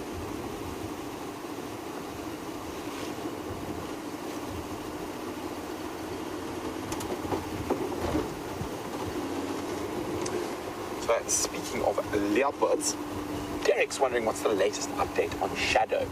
Has anyone seen her? Does she have cubs? As far as I'm aware, I don't know if she's got cubs yet. I have seen her tracks a few times. I know Scott's also had her tracks up around the area of Sydney's Dam and One-Eye Pan. But I think the last person to see her was Jamie. And from my understanding, it didn't look like she was suckling just yet. But it did look like she was quite heavy in the belly. So it is possible. And Shadow, when she has cubs, becomes incredibly sneaky. And she's sneaky at the best of times, but she moves into an area. She traditionally has her cubs in an area where it's impossible to get a vehicle. So no one has actually had a really good sighting of her in a few days, even from the other guides. Okay. Wium, we've checked. Where are the lions, Wium? Man. No, we've been there. We didn't check all up. I think they're over there. I think they're between the Mawati River System and Buffelshoek Dam. And that's just purely from process of elimination. We haven't had tracks anywhere else, and it's the only place we haven't been this morning.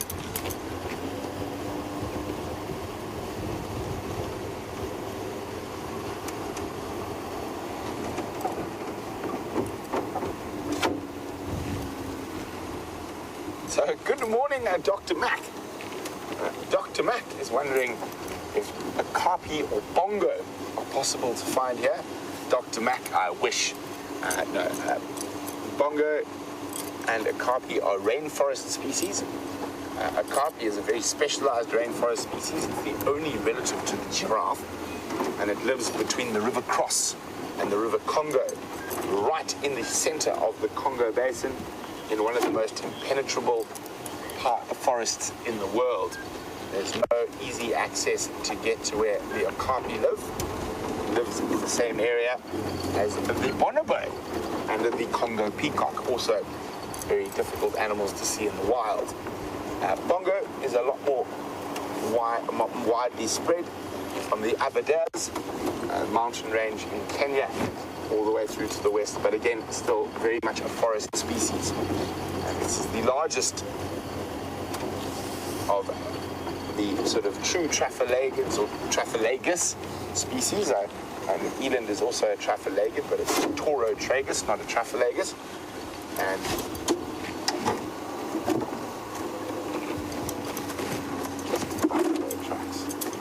And bongo, unfortunately, do not occur anywhere near us.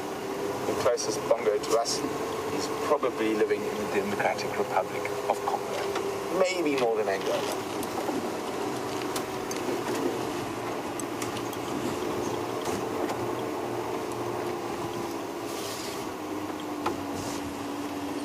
Hello, pigs. Two male warthog. That's quite unusual to see. Yes, big tusks on the front guy. So it's unusual to see two male warthog together, both adults. And normally, they're in direct competition for breeding. But the rut hasn't really started, so maybe that's why they are playing the safety in numbers game. And we were chatting a few safaris ago about the warthogs. Male warthog have two very different sort of breeding strategies. The one is the rover, who moves from area to area chasing ladies, and the other is the stayer, who will defend a certain area, either a certain group of females or multiple groups of females, or a water source or food resource. And judging from these two, they must be rovers. Decided to make a temporary alliance to try and make sure they don't get eaten by lions. You see those massive tusks. Very, very impressive set of tusks on that boy.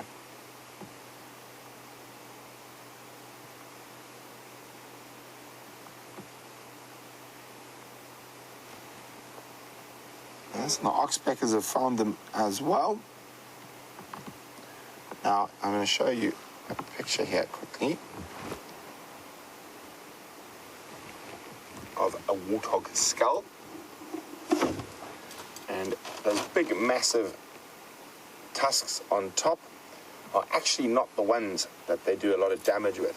These bottom tusks, called tushes, rub up against the top tusk and become sharpened. And they're literally as sharp as a razor blade. And those are actually what they use mainly to defend themselves. You can see those are modified canines.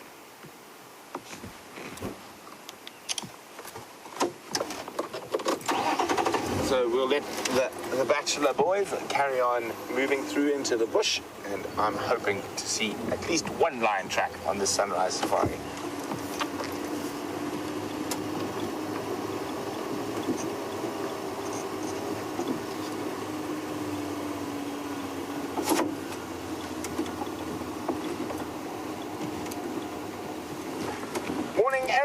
In Virginia Beach. Eric would like to know the classification of this biome. Eric heard me mention mixed woodland earlier, and he'd like to know, is it savanna, Is it temperate grassland, or is it a sub-biome called mixed woodland? It is a part of the savanna biome, and the savanna biome is a very wide and diverse biome. But it is a savanna biome dominated by mixed broad-leaved woodland, if we want to be specific. And the broad-leaved woodland is mostly made up of different combretum or bush willow species interspersed with the odd acacia, marula, and of course quite a few other things. But those are probably the three most dominant families that are represented in this type of savanna. Now, there's lots of different types of savanna. Not too far away from us, we have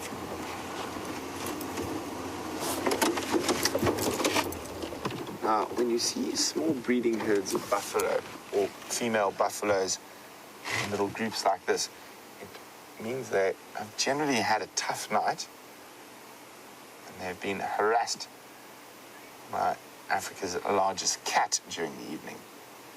They're looking a little bit nervous, but the lions are not here unless they are sneaking up on them and we can't see them yet. It doesn't look like it. They are a little bit nervous, but not too nervous. I'm trying to think now. Should we change our route, Vim? Remember what happened last time when we had the... Yes, that is correct. We will keep going straight then. We will not change our route. Vim, why don't you tell us what happened last time? Watched the buffalo for half an hour. Yes. And then we left, and then the lions picked up. It was very sad. Vim and I were sitting on cheetah cutline with a small little herd, all corralled together. And we heard lions, and we thought the lions were in that area. And we spent, half an hour, 45 minutes sitting next to the sleeping buffalo. And we were like, okay, let's move on. And we carried on. And about 45 minutes, an hour later, Ephraim comes on the radio and says, I've just found the lions. They've just killed a baby buffalo. And it was from the exact herd we'd been sitting with. So I'm not sure if Vim wants me to stay and watch those buffalo for the rest of the drive. But hopefully we do get a little bit of luck. I haven't seen any tracks yet.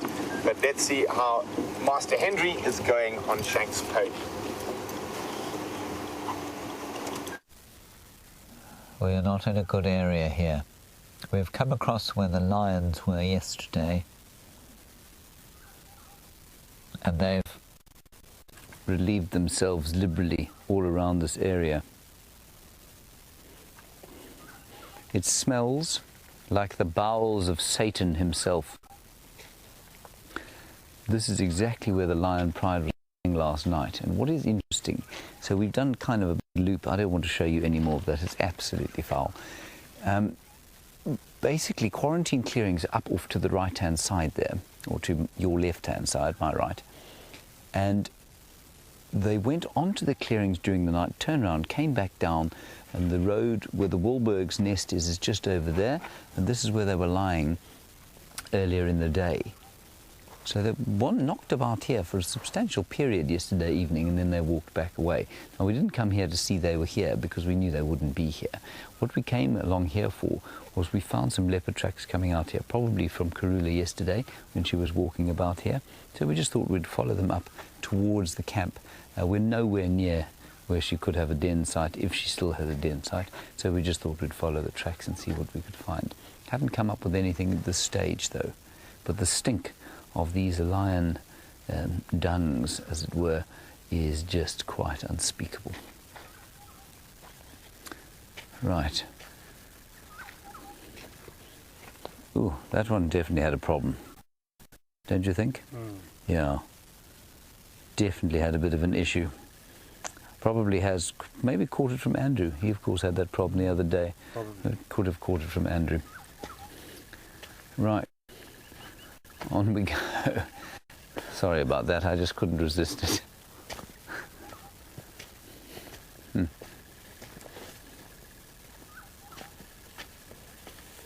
Sorry.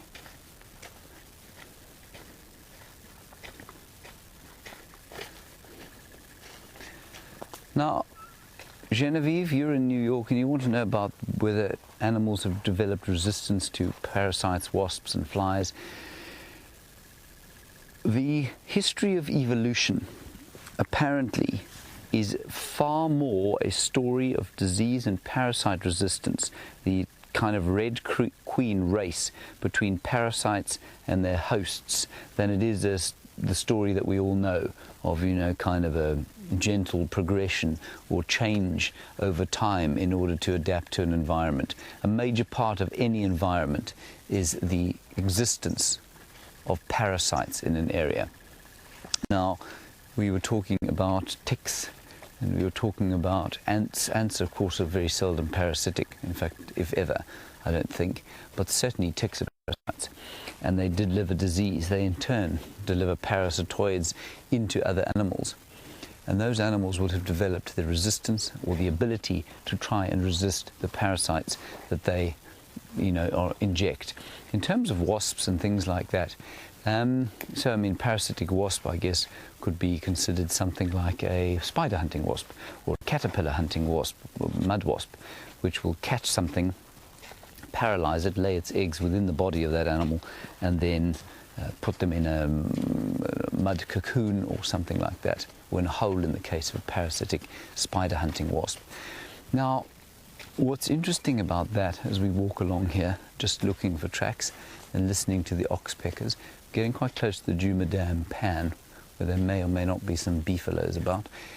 The interesting thing about that is that it is an evolutionary arms race. So at the moment, the race is being completely dominated in the terms of the spider hunting wasp by the wasps.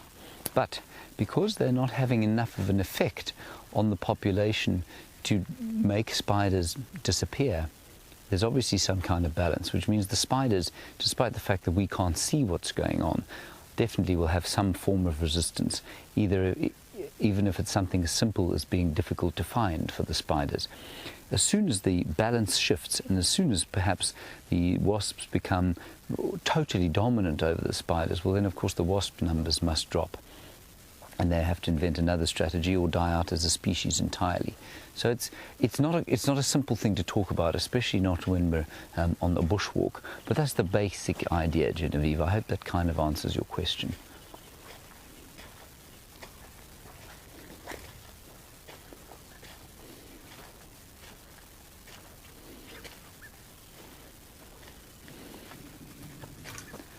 Now, Catherine, you're in Texas and you reckon that you've read that ants can help to control a tick population.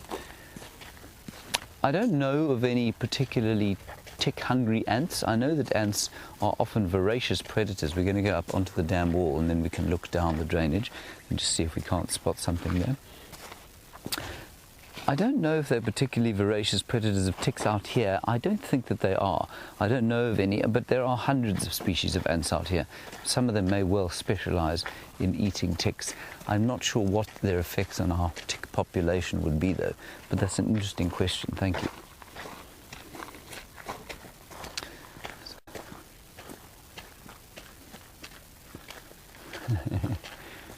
So apparently the hippopotamus is in the Djuma Dam pan, so we won't be approaching him very closely, but we might be able to get a small view of him from up here.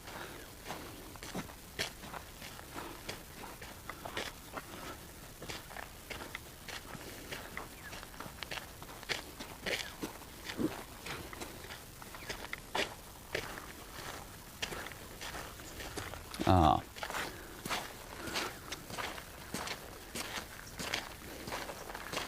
Now, Papas, you have been trying to think about coming on an African safari for a long time. You can see the mystic boer behind me. It's not so mystic at the moment. And Papas, you've been discouraged from coming on an African safari because you've heard that they're not very personal, that it's all just become a great big tourist trap, that you drive along in a line to view animals, and that it's not actually a very wilderness experience. Papas, there are places you can go that are exactly like that. They are few and far between, mercifully.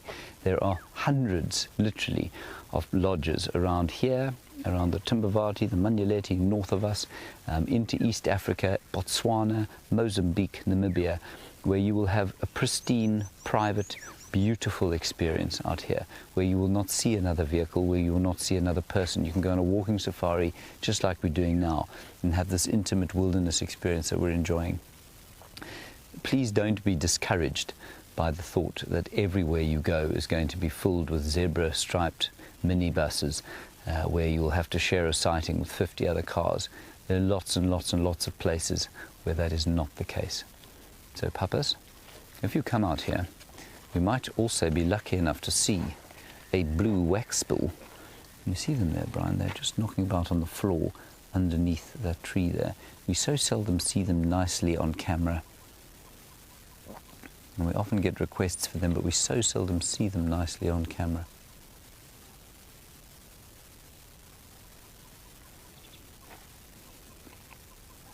Yeah, he's just moving there. Can you see him there? They're very difficult. There's some in the bush there. You can hear them going bzz, bzz, bzz, bzz, bzz. They're very common to abundant residents, there is how they're described. But common to abundant, of course, is one thing. Being able to film them is entirely another. Now, I was rather hoping I might see the duiker that Karula killed yesterday, draped from a tree, with her sitting at a safe distance in the tree from us, but that has not been the case. So Bryan reckons that she probably would have just eaten and moved on. And I think that's probably quite a good postulation. Also saw lots of hyena tracks going through the drainage line, so I don't think there. But if she left it on the ground, there certainly wouldn't be anything left. Anyway, have a look down here.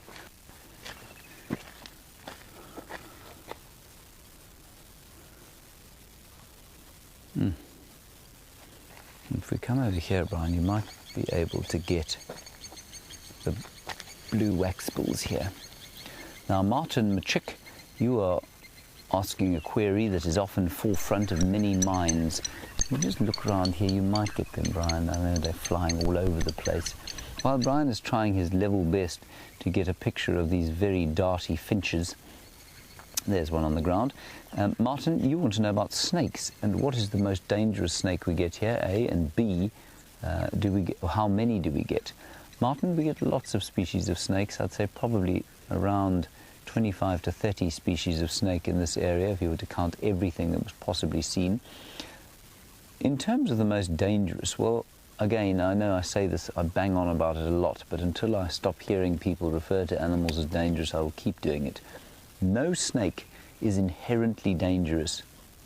Lots of snakes can be potentially dangerous. Okay? No snake will, and the reason I say that is because by saying something is dangerous, the immediate inference is that they will try and actually actively seek out to bite you and do you harm. They will not. All snakes here will move away if they can. Given half a chance, no snake will choose to engage with a human being. They will normally move away. That said, if you threaten a snake, and especially for perhaps a black mamba, which is extremely venomous, if you corner a black mamba, well, then you're likely to get bitten 3 or 4 times and be dead within half an hour. But the chances of actually cornering a black mamba are very small, and most of the people who've ever been killed by black mambas have either been trying to beat them to death with a broomstick or snake themselves. So please don't come out here, or don't think that you can't come out here, because there are a terrifying plethora of dangerous snakes looking to try and bite you. There's another bird in there. Oh, Bryan, it's a grey-headed sparrow. Very exciting. I'm very pleased that Bryan's managed to show you the blue waxbill. Now, we're sitting on the dam wall here, and I heard the approach of some elephants. They were making some noise, and I wonder if they won't come and have a drink at the Djuma Dam pan. This, of course, would be the ideal position to be viewing them from. But what we might do is go across to the other side and see what we can see from there. Wonderful, wonderful settling of the morning, from the expectation of the dawn to what we have now, where there's just a feeling of the world breathing out. There we can see the nice wax ball. Well done, Bryan. Bryan, of course, is now squatting, which means the pain in his thighs will be reaching fever point at the moment. How's it feeling there, Bryan? Pretty good. Pretty good. The deep burn. Very nice. Well done. So if you see the camera start shaking, that's why. It's not because Bryan is, you know, in need of his morning coffee or anything like that. It's because lactic acid is building. Oh, look! There's some. Yeah. See? Did you get them, Bryan? They're on the bush behind there. A yellow-fronted canary, everybody. We had our first really good sighting of one yesterday from the vehicle with Bryan. Well done, Bryan. Bryan's the yellow-fronted canary champion, of course. Now, they will often feed in mixed groups with waxbills. You can see the same kind of beak. They're seed eaters, just like all of the other finches. This is robin calling here. There's a woodpecker tapping. There's some elephants rumbling in the distance. There's a still gentle smell of petrichor coming off the earth after the rain. That's very pleasant sitting here for me. For Bryan, it's deeply unpleasant because, of course, he's crouched in a particularly uncomfortable position. Right, okay, Bryan, you can stand up now if you want. Maybe you can't. Bryan might be stuck, everybody. Oh! There we go. He's okay. Okay, so you're now looking at the dam camera. You're watching us on the dam wall there. You can see the Mystic Boer investigating various different kinds of tracks down in the bottom of the dam there. Wave, Stef. You're on the Djuma dam cam at the moment. Ooh. And this is, of course, half the reason we bring Stef on the drives. He's found a mantis of some sort. Ooh, this is fascinating. Bryan, are you going to make it down here? Those great tractor tyre boots of yours. Oh no. Biggest leaf on the left-hand side. Oh, that is amazing. I think maybe this side, Bryan. This is an incredible spot. Oh, wow. Now, we were talking about, before we get in close, we were talking about an evolutionary arms race going on here. This mantis that we're going to show you, if you look at the flowers on this plant, you can see that this mantis, which is a predator, has evolved to be disguised almost exactly as one of the buds on this plant, which means it's probably entirely host specific. Look at this absolutely magnificent mantis. And while we do that, Jen B, thank you very much for complimenting Bryan's, yes, very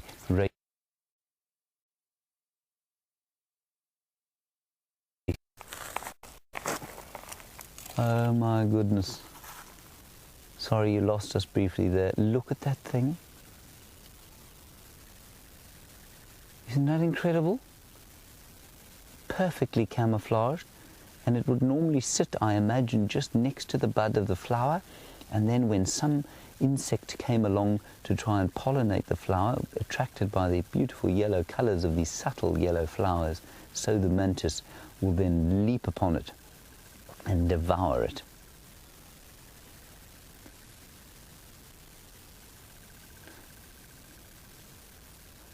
All right, what we're going to do, everybody, is reboot the camera. While we're doing that, just because the picture is breaking up a bit, while we do that, you'll be looking at probably the dam camera. Stand by.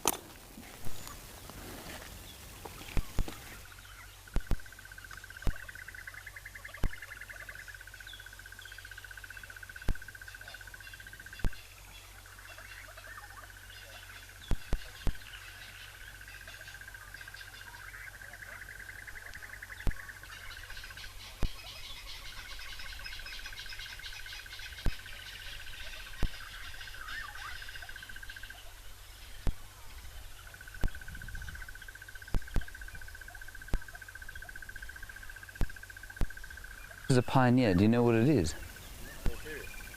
Oh, yes. Okay. Here we go. So sorry about the damn camera moved off us for a second. The Zoomy obviously got sick and tired of us. That's okay. I get sick and tired of us sometimes myself. Anyway, there is the magnificent mantis here. The picture I think is a bit better. Now, what you need to notice is that his colours are an exact kind of representation of those buds. So while he doesn't look like a flower, he does look like the buds from which the flowers come. And Stef said before I kicked a stone onto this plant, there was a wasp sitting here, also probably waiting to prey on something. But there was also a mopani fly, or mopani bee, which is a very small bee that comes and will take out the nectar from a little flower like this. And the plant species is called Waltheria, and I suspect quite strongly that this mantis will be unable to survive in the absence of the Waltheria plant, because I think, I might be wrong, there might be a few species they can live on. I think that he is perfectly evolved to look precisely like this particular flower. You can imagine him on another plant perhaps not looking nearly as obvious. And look, his eyes are watching my finger now, and watch how his feelers come up. Isn't that unbelievable? And now I might induce him to attack me. Box. Box. No. It's probably a she as well.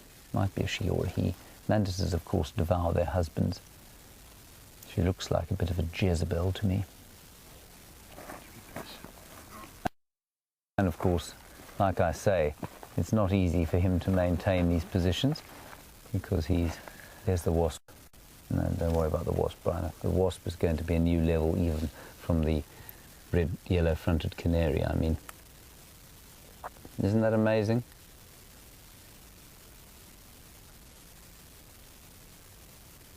I mean, yeah, what else can you say?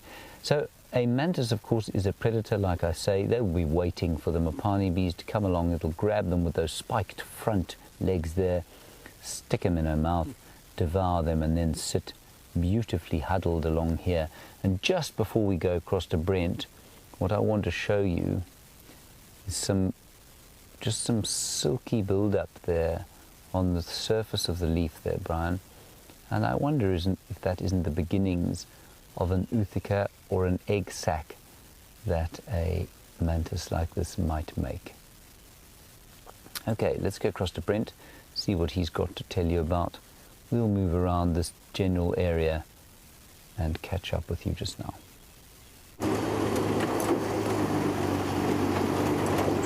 So I am confuzzed, absolutely and completely at lack of ideas almost. I cannot find a track.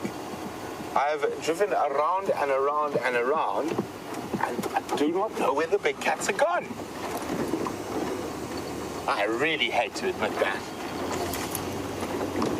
But from what Scotty told me, Queen Karula sounded like she caught a duiker yesterday in this drainage line. So we're just going to go up, and maybe we might find a different access point in there from where Scott did. But if she is in the headwaters of this river system, it is going to be impossible to get into.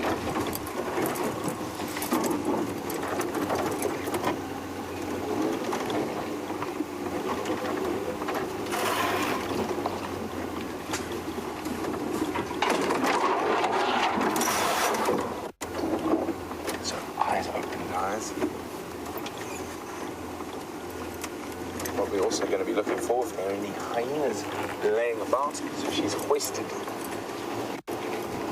that kill.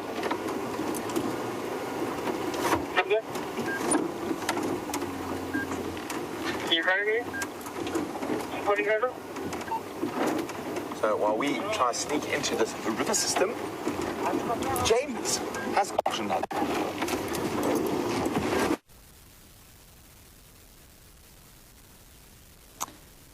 We were just turning round. We were looking at the mantis, and the mystic boer just pointed behind us, and there the buffalo were coming across the dry expanse of this dam, and I suspect what they were doing was just grazing in amongst the sort of, I don't want to say grassland because there aren't any, but sort of woodlands off to the north of the camp where there is still a bit of grazing. Now they'll come back for their normal daily ritual, have a drink of the befouled water, then they'll probably lie in it and chew their cud. They're very rhythmical in their methods, are the buffalo. They like to do things, well, you know, they're like old people, if you like. They have a certain way of doing things during the day, and these buffalo, I don't think, are any different. They are hiding behind. They're jumping into the pond with Peter. And I'm just going to look carefully, scanning the bushes for the leopardine face of Karula, because she does like to hide around here. Keep an eye on things, but I don't see her at the moment. Oh, there's another buffalo coming, Bryan. So we'll quickly pop across to that buffalo, and while we're doing that, let's go back to Brent, find out what he's doing. I think we'll sit here for a few minutes longer.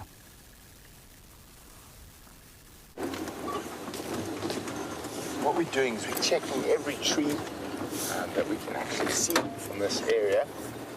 See if possibly the queen hasn't dragged her carcass into a more accessible spot for us.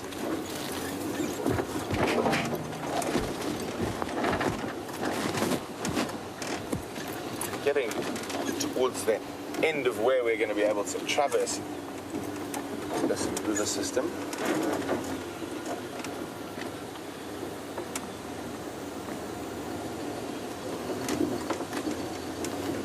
It's a really beautiful little system. Wonderful big trees, some burties, acacias, leadwoods, jackalberries.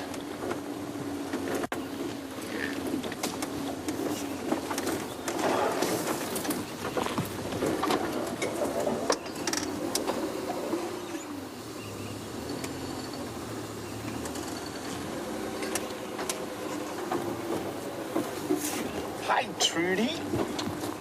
Trudy says, Brent, I know you've told us before, but do hyenas make their own kills or do they only scavenge?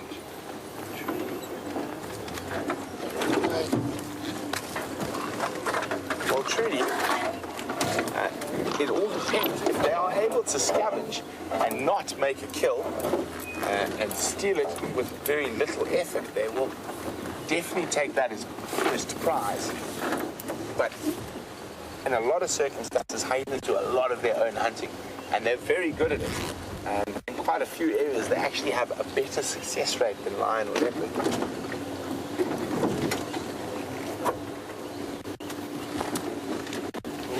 Then we're going to get stuck. It's a bit of a sitting point.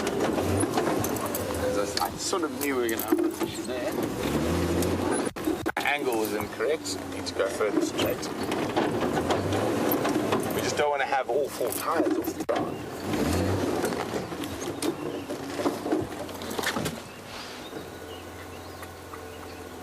Nope, that was a leopard-like termite mound.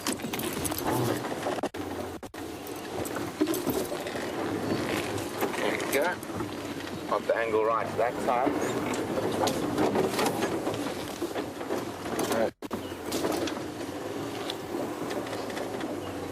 Come on. We're looking for very specific species of tree climbing duiker at the moment.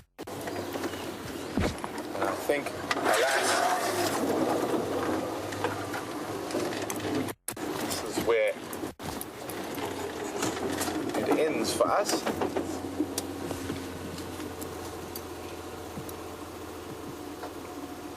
Maybe I'll come have a look on bushwalk this afternoon. We can walk through here.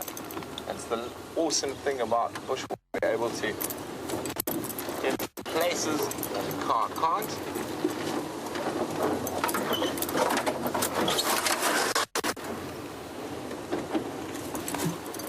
Now for the 200 point turn.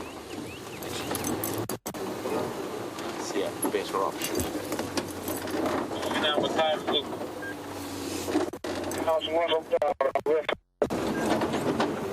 Okay, it was a good afternoon. Thinking Bryan afternoon. So, there we go. Penny Pine is wondering whether I have arthritis in my wrists. And is that why I wear the copper bracelets? No, hopefully I shouldn't have arthritis at the ripe old age of 33 years old, or 32. They are reminders of different places I've been, and collectors. I've collected them from different spots I've traveled. I've got a few more that I'm just not wearing because it makes too much noise when I'm walking in the bush. They jingle, jangle together.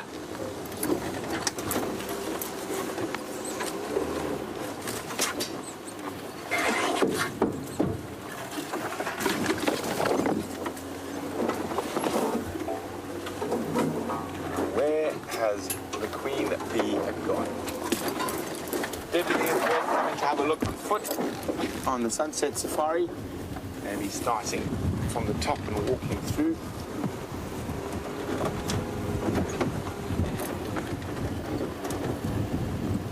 See if there an easier escape route from the way we came. I think there is.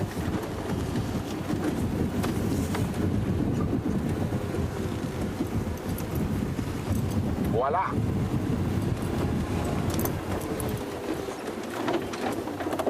So, guys, remember we are live, and the most incredible thing is you are able to ask us questions about anything you're wondering about the bush or about what we're seeing. There's not much at this very moment in time. Hopefully we will rectify that shortly. But you can send your questions via two formats. You can pop me an email on questions@wildearth.tv, or you can use the hashtag SafariLIVE on Twitter.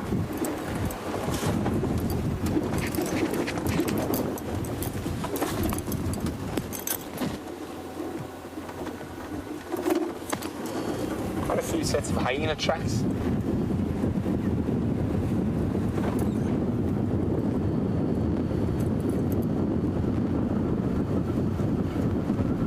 I think Wium, after coming back from leave, has chased all the big cats away. We were seeing plenty till he arrived.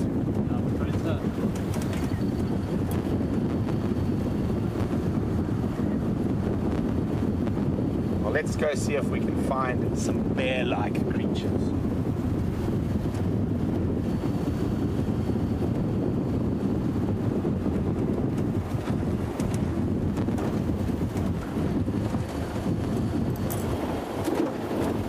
Really a conundrum. I'm absolutely not a lion track, not a cheetah track, not a leopard track. All the tracks that we've seen are really old and not worth following. Maybe they are poor cuddling lions, at least in the bottom of a thicket somewhere.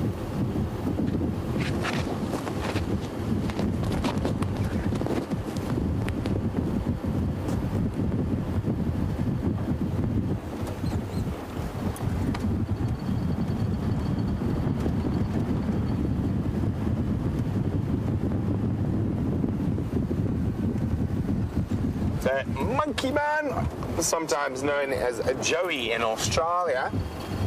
I said, is it true when a cheetah pops its tail up in the air, sort of waves it about, it's indicating to the other animals that it's not actually hunting? Joey, that is a leopard, not a cheetah, that does that. A leopard will do that when they have been spotted, the impala already snorting, or they will also often do it when they are being approached by birds and being mobbed by testiculars going okay.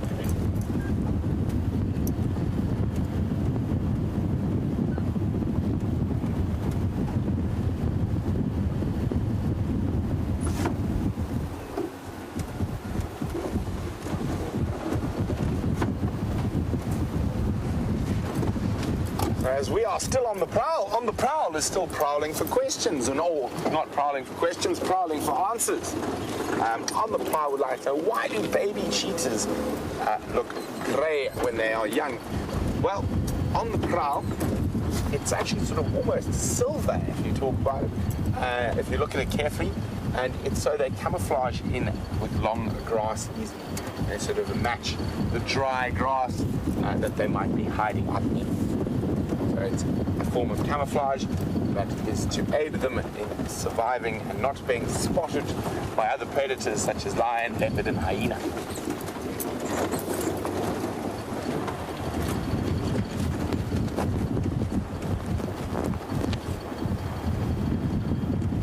Touching my microphone. Well, it's falling off, Ian. I'm trying to make sure it stays. The tape solution was not the answer, I think. So, we just mentioned hyenas. I think it's time to pop in to the hyena den and see what's happening there.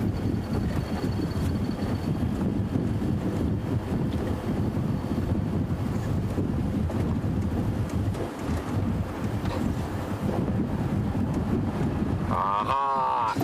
Dr. Debbie was wondering who the oldest or youngest, member of the WildEarth crew. So the crew on the ground, I think, if we start at the top from oldest to youngest, will be Stefan Winterboer. Oh no, Eugene, ground crew. Eugene, Stef, then Jemps, then, oh, heaven forbid, me.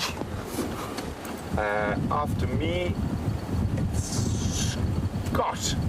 After Scott, do you know, Billy? Scott and all the cameramen. Oh, Scott and all the cameramen all the same age, except for Dave. Oh no, Alex. Alex is a year older than me. Oh, we got a quick lick, and we'll be back with who's the youngest member of the WildEarth crew. Now that's the same elephant, everybody, that we were just viewing earlier on in the thick bush. He's definitely seen us, he's watched us, but he's a good safe distance away, and we're not far from home. We could probably escape from him were he to try and do the same kind of investigation that he did of us the other day. Bryan, have you still got a view there? We'll probably get a decent view from the edge here. Oh, he's pulling down some tree. There he is. We can move a little bit closer here. Because now of course we've got some space. We've also got some openness, so we can see exactly what he's going to do. Now I can smell him. You smell that? You can smell the must on him. This is a good distance to be viewing a musk bull elephant from. Now, while we're looking at him, I don't know how many of you were keeping an eye on the Djuma Dam cam, but Stef and Bryan and I nonchalantly walked across the dam wall, sort of thinking the buffalo would just stay where they were. But they formed a sort of phalanx, and as Stef says, he said it takes one brave buffalo, and they kind of formed a sort of fighting line, and then they came forward towards us. And at some distance, I mean, we were never closer than maybe 100 meters from them. And they just got it in their minds that we were up to no good, and every time we went behind a bush, which was unavoidable, we tried to stay out in the open so they'd come a little bit forward, because of course that's exactly what a predator would do. It would go behind a bush and then sort of try and sneak up again. And so as long as we were in the open, the buffalo just stood dead still and watched us. As soon as we went behind a termite mound or a bush by mistake, they came forward a bit. So it was a very interesting experience. I don't think we were in any danger at any stage.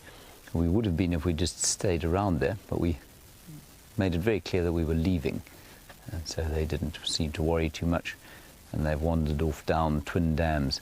Now, you can see that this elephant is dripping. And that, like I said earlier, is called green penis syndrome, and that smell that we can get here, which is a kind of, let me try and describe it to you. I mean, it smells a little bit like urine, but it is very, it's very kind of, it's like a sweet, musty smell. Hey, Bryan, how else would you describe it? It's quite sweet, very pungent, and you can even see that it's green, apparently. I can't see on Bryan's screen because it's gone through a thorn bush. All 7. Marvellous. Let's just go around this way a little bit, Bryan. We can probably get another view of his magnificent set of ivory. So we're probably standing a good 150 to 200 meters from that elephant. Maybe, yeah, about 150 meters. That's about 500 feet. And there you can sort of see his ivory there. He will be aware of us because we're standing in the open, but he doesn't seem to be too keen on trying to get around the wind again as he was earlier. Of course, when we last saw him, we were in thick bush. Now that will make him feel slightly threatened because he won't be able to see exactly where and what we're doing. Now, much like with the buffalo, because we're out in the open, he's not particularly concerned about us. Elephant bulls in musth, people will tell you again, are aggressive, and it's a bit like the word dangerous for me. I don't like to use the term aggressive. Of course, some animals can become aggressive. Very few are inherently aggressive, with perhaps the exception of a musth bull.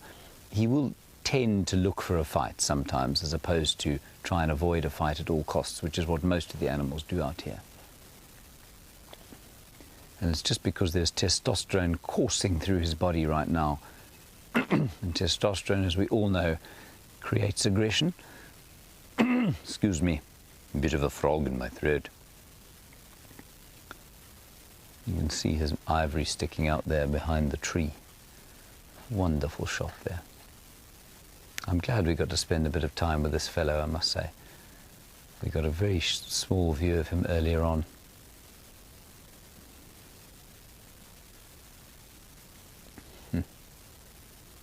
You see what he's eating, Bryan?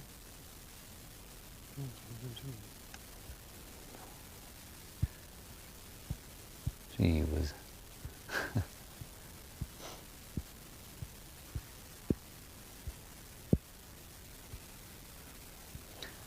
Hello, Freedom Believer. You're on YouTube and you want to know whether we do anything with the ivory if we find it in the bush. Freedom Believer, normally if an elephant dies, we will call in the authorities. They will take the ivory and it becomes part of a stockpile. So that's what would happen. If we found ivory randomly in the bush, sometimes we just leave it exactly where it was. Otherwise, you can collect it and hand it over to the owners of the authorities of the land, and they can then collect it, make it part of the stockpile. For me, there's something inherently slightly distasteful about keeping a stockpile of ivory because, of course, I think it's people hedging their bets that one day they might actually be able to sell it off at a great cost. Whereas I think ivory, if it's found, should just simply be burned.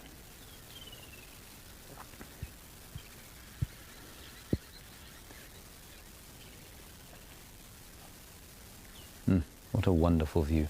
Bryan, let's do just a little sneak around this tree and then we'll head back sort of towards home.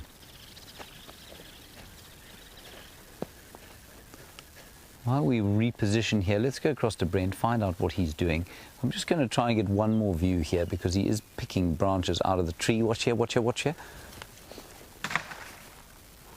He would have heard that.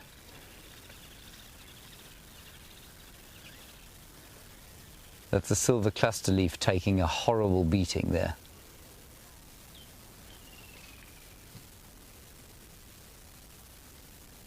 That is very cool.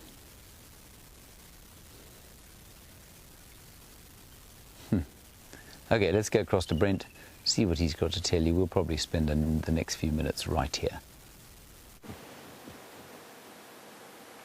So it seems all the predators on Djuma know something I don't, because there's not a hyena at the hyena den even. So one of those mornings, I'm afraid, and I am absolutely complexed or bemused at where these creatures have disappeared to. Hopefully we'll have a little bit more success on the sunset safari. But we're going to start moving out since there are no hyenas here. And we're discussing for Dr. Devi the age of the WildEarth crew. So I think, yeah, it starts up at Eugene. This is the ground crew.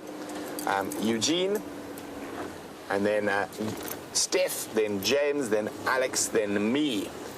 Then I think Scott, Bryan, Andrew, Wium, Jandre are all around the same age.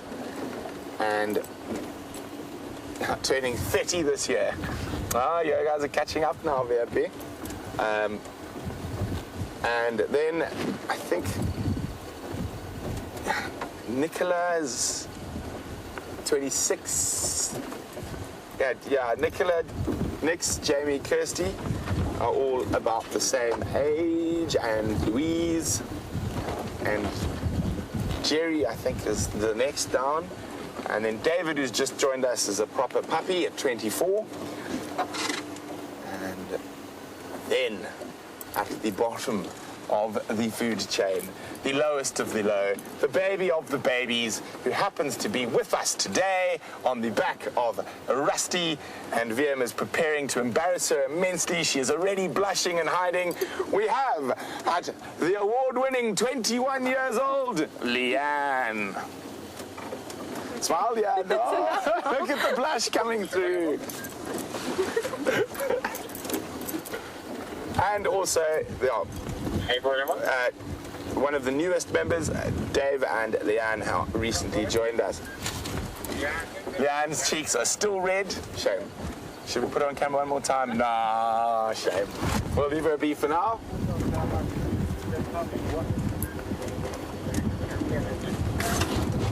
So, Wium, where are the lions?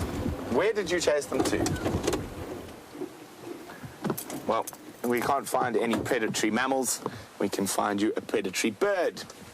And we go in the tightrope walker in search of carcasses. And it looks like a juvenile. It doesn't look like it is a juvenile bateleur.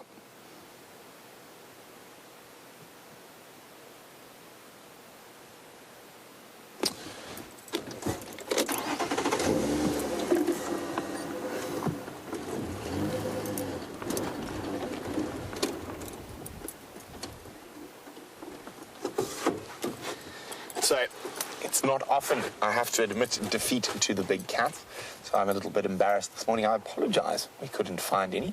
I shall definitely try rectify that on the sunset safari. But thanks for having fun with us and bumbling around the bush. It's been a great morning. Although, as I said, I still am very confused about where the lions might be. But let's go to James for the last bit of the show and spend some time with that magnificent elephant bull while I scratch my head in complete wonder to where the big cats have gone.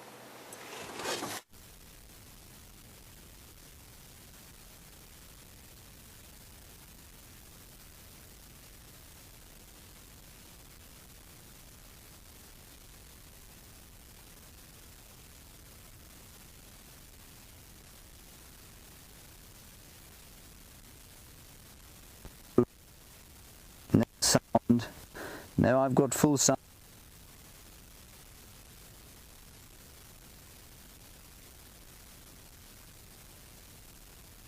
Bryan?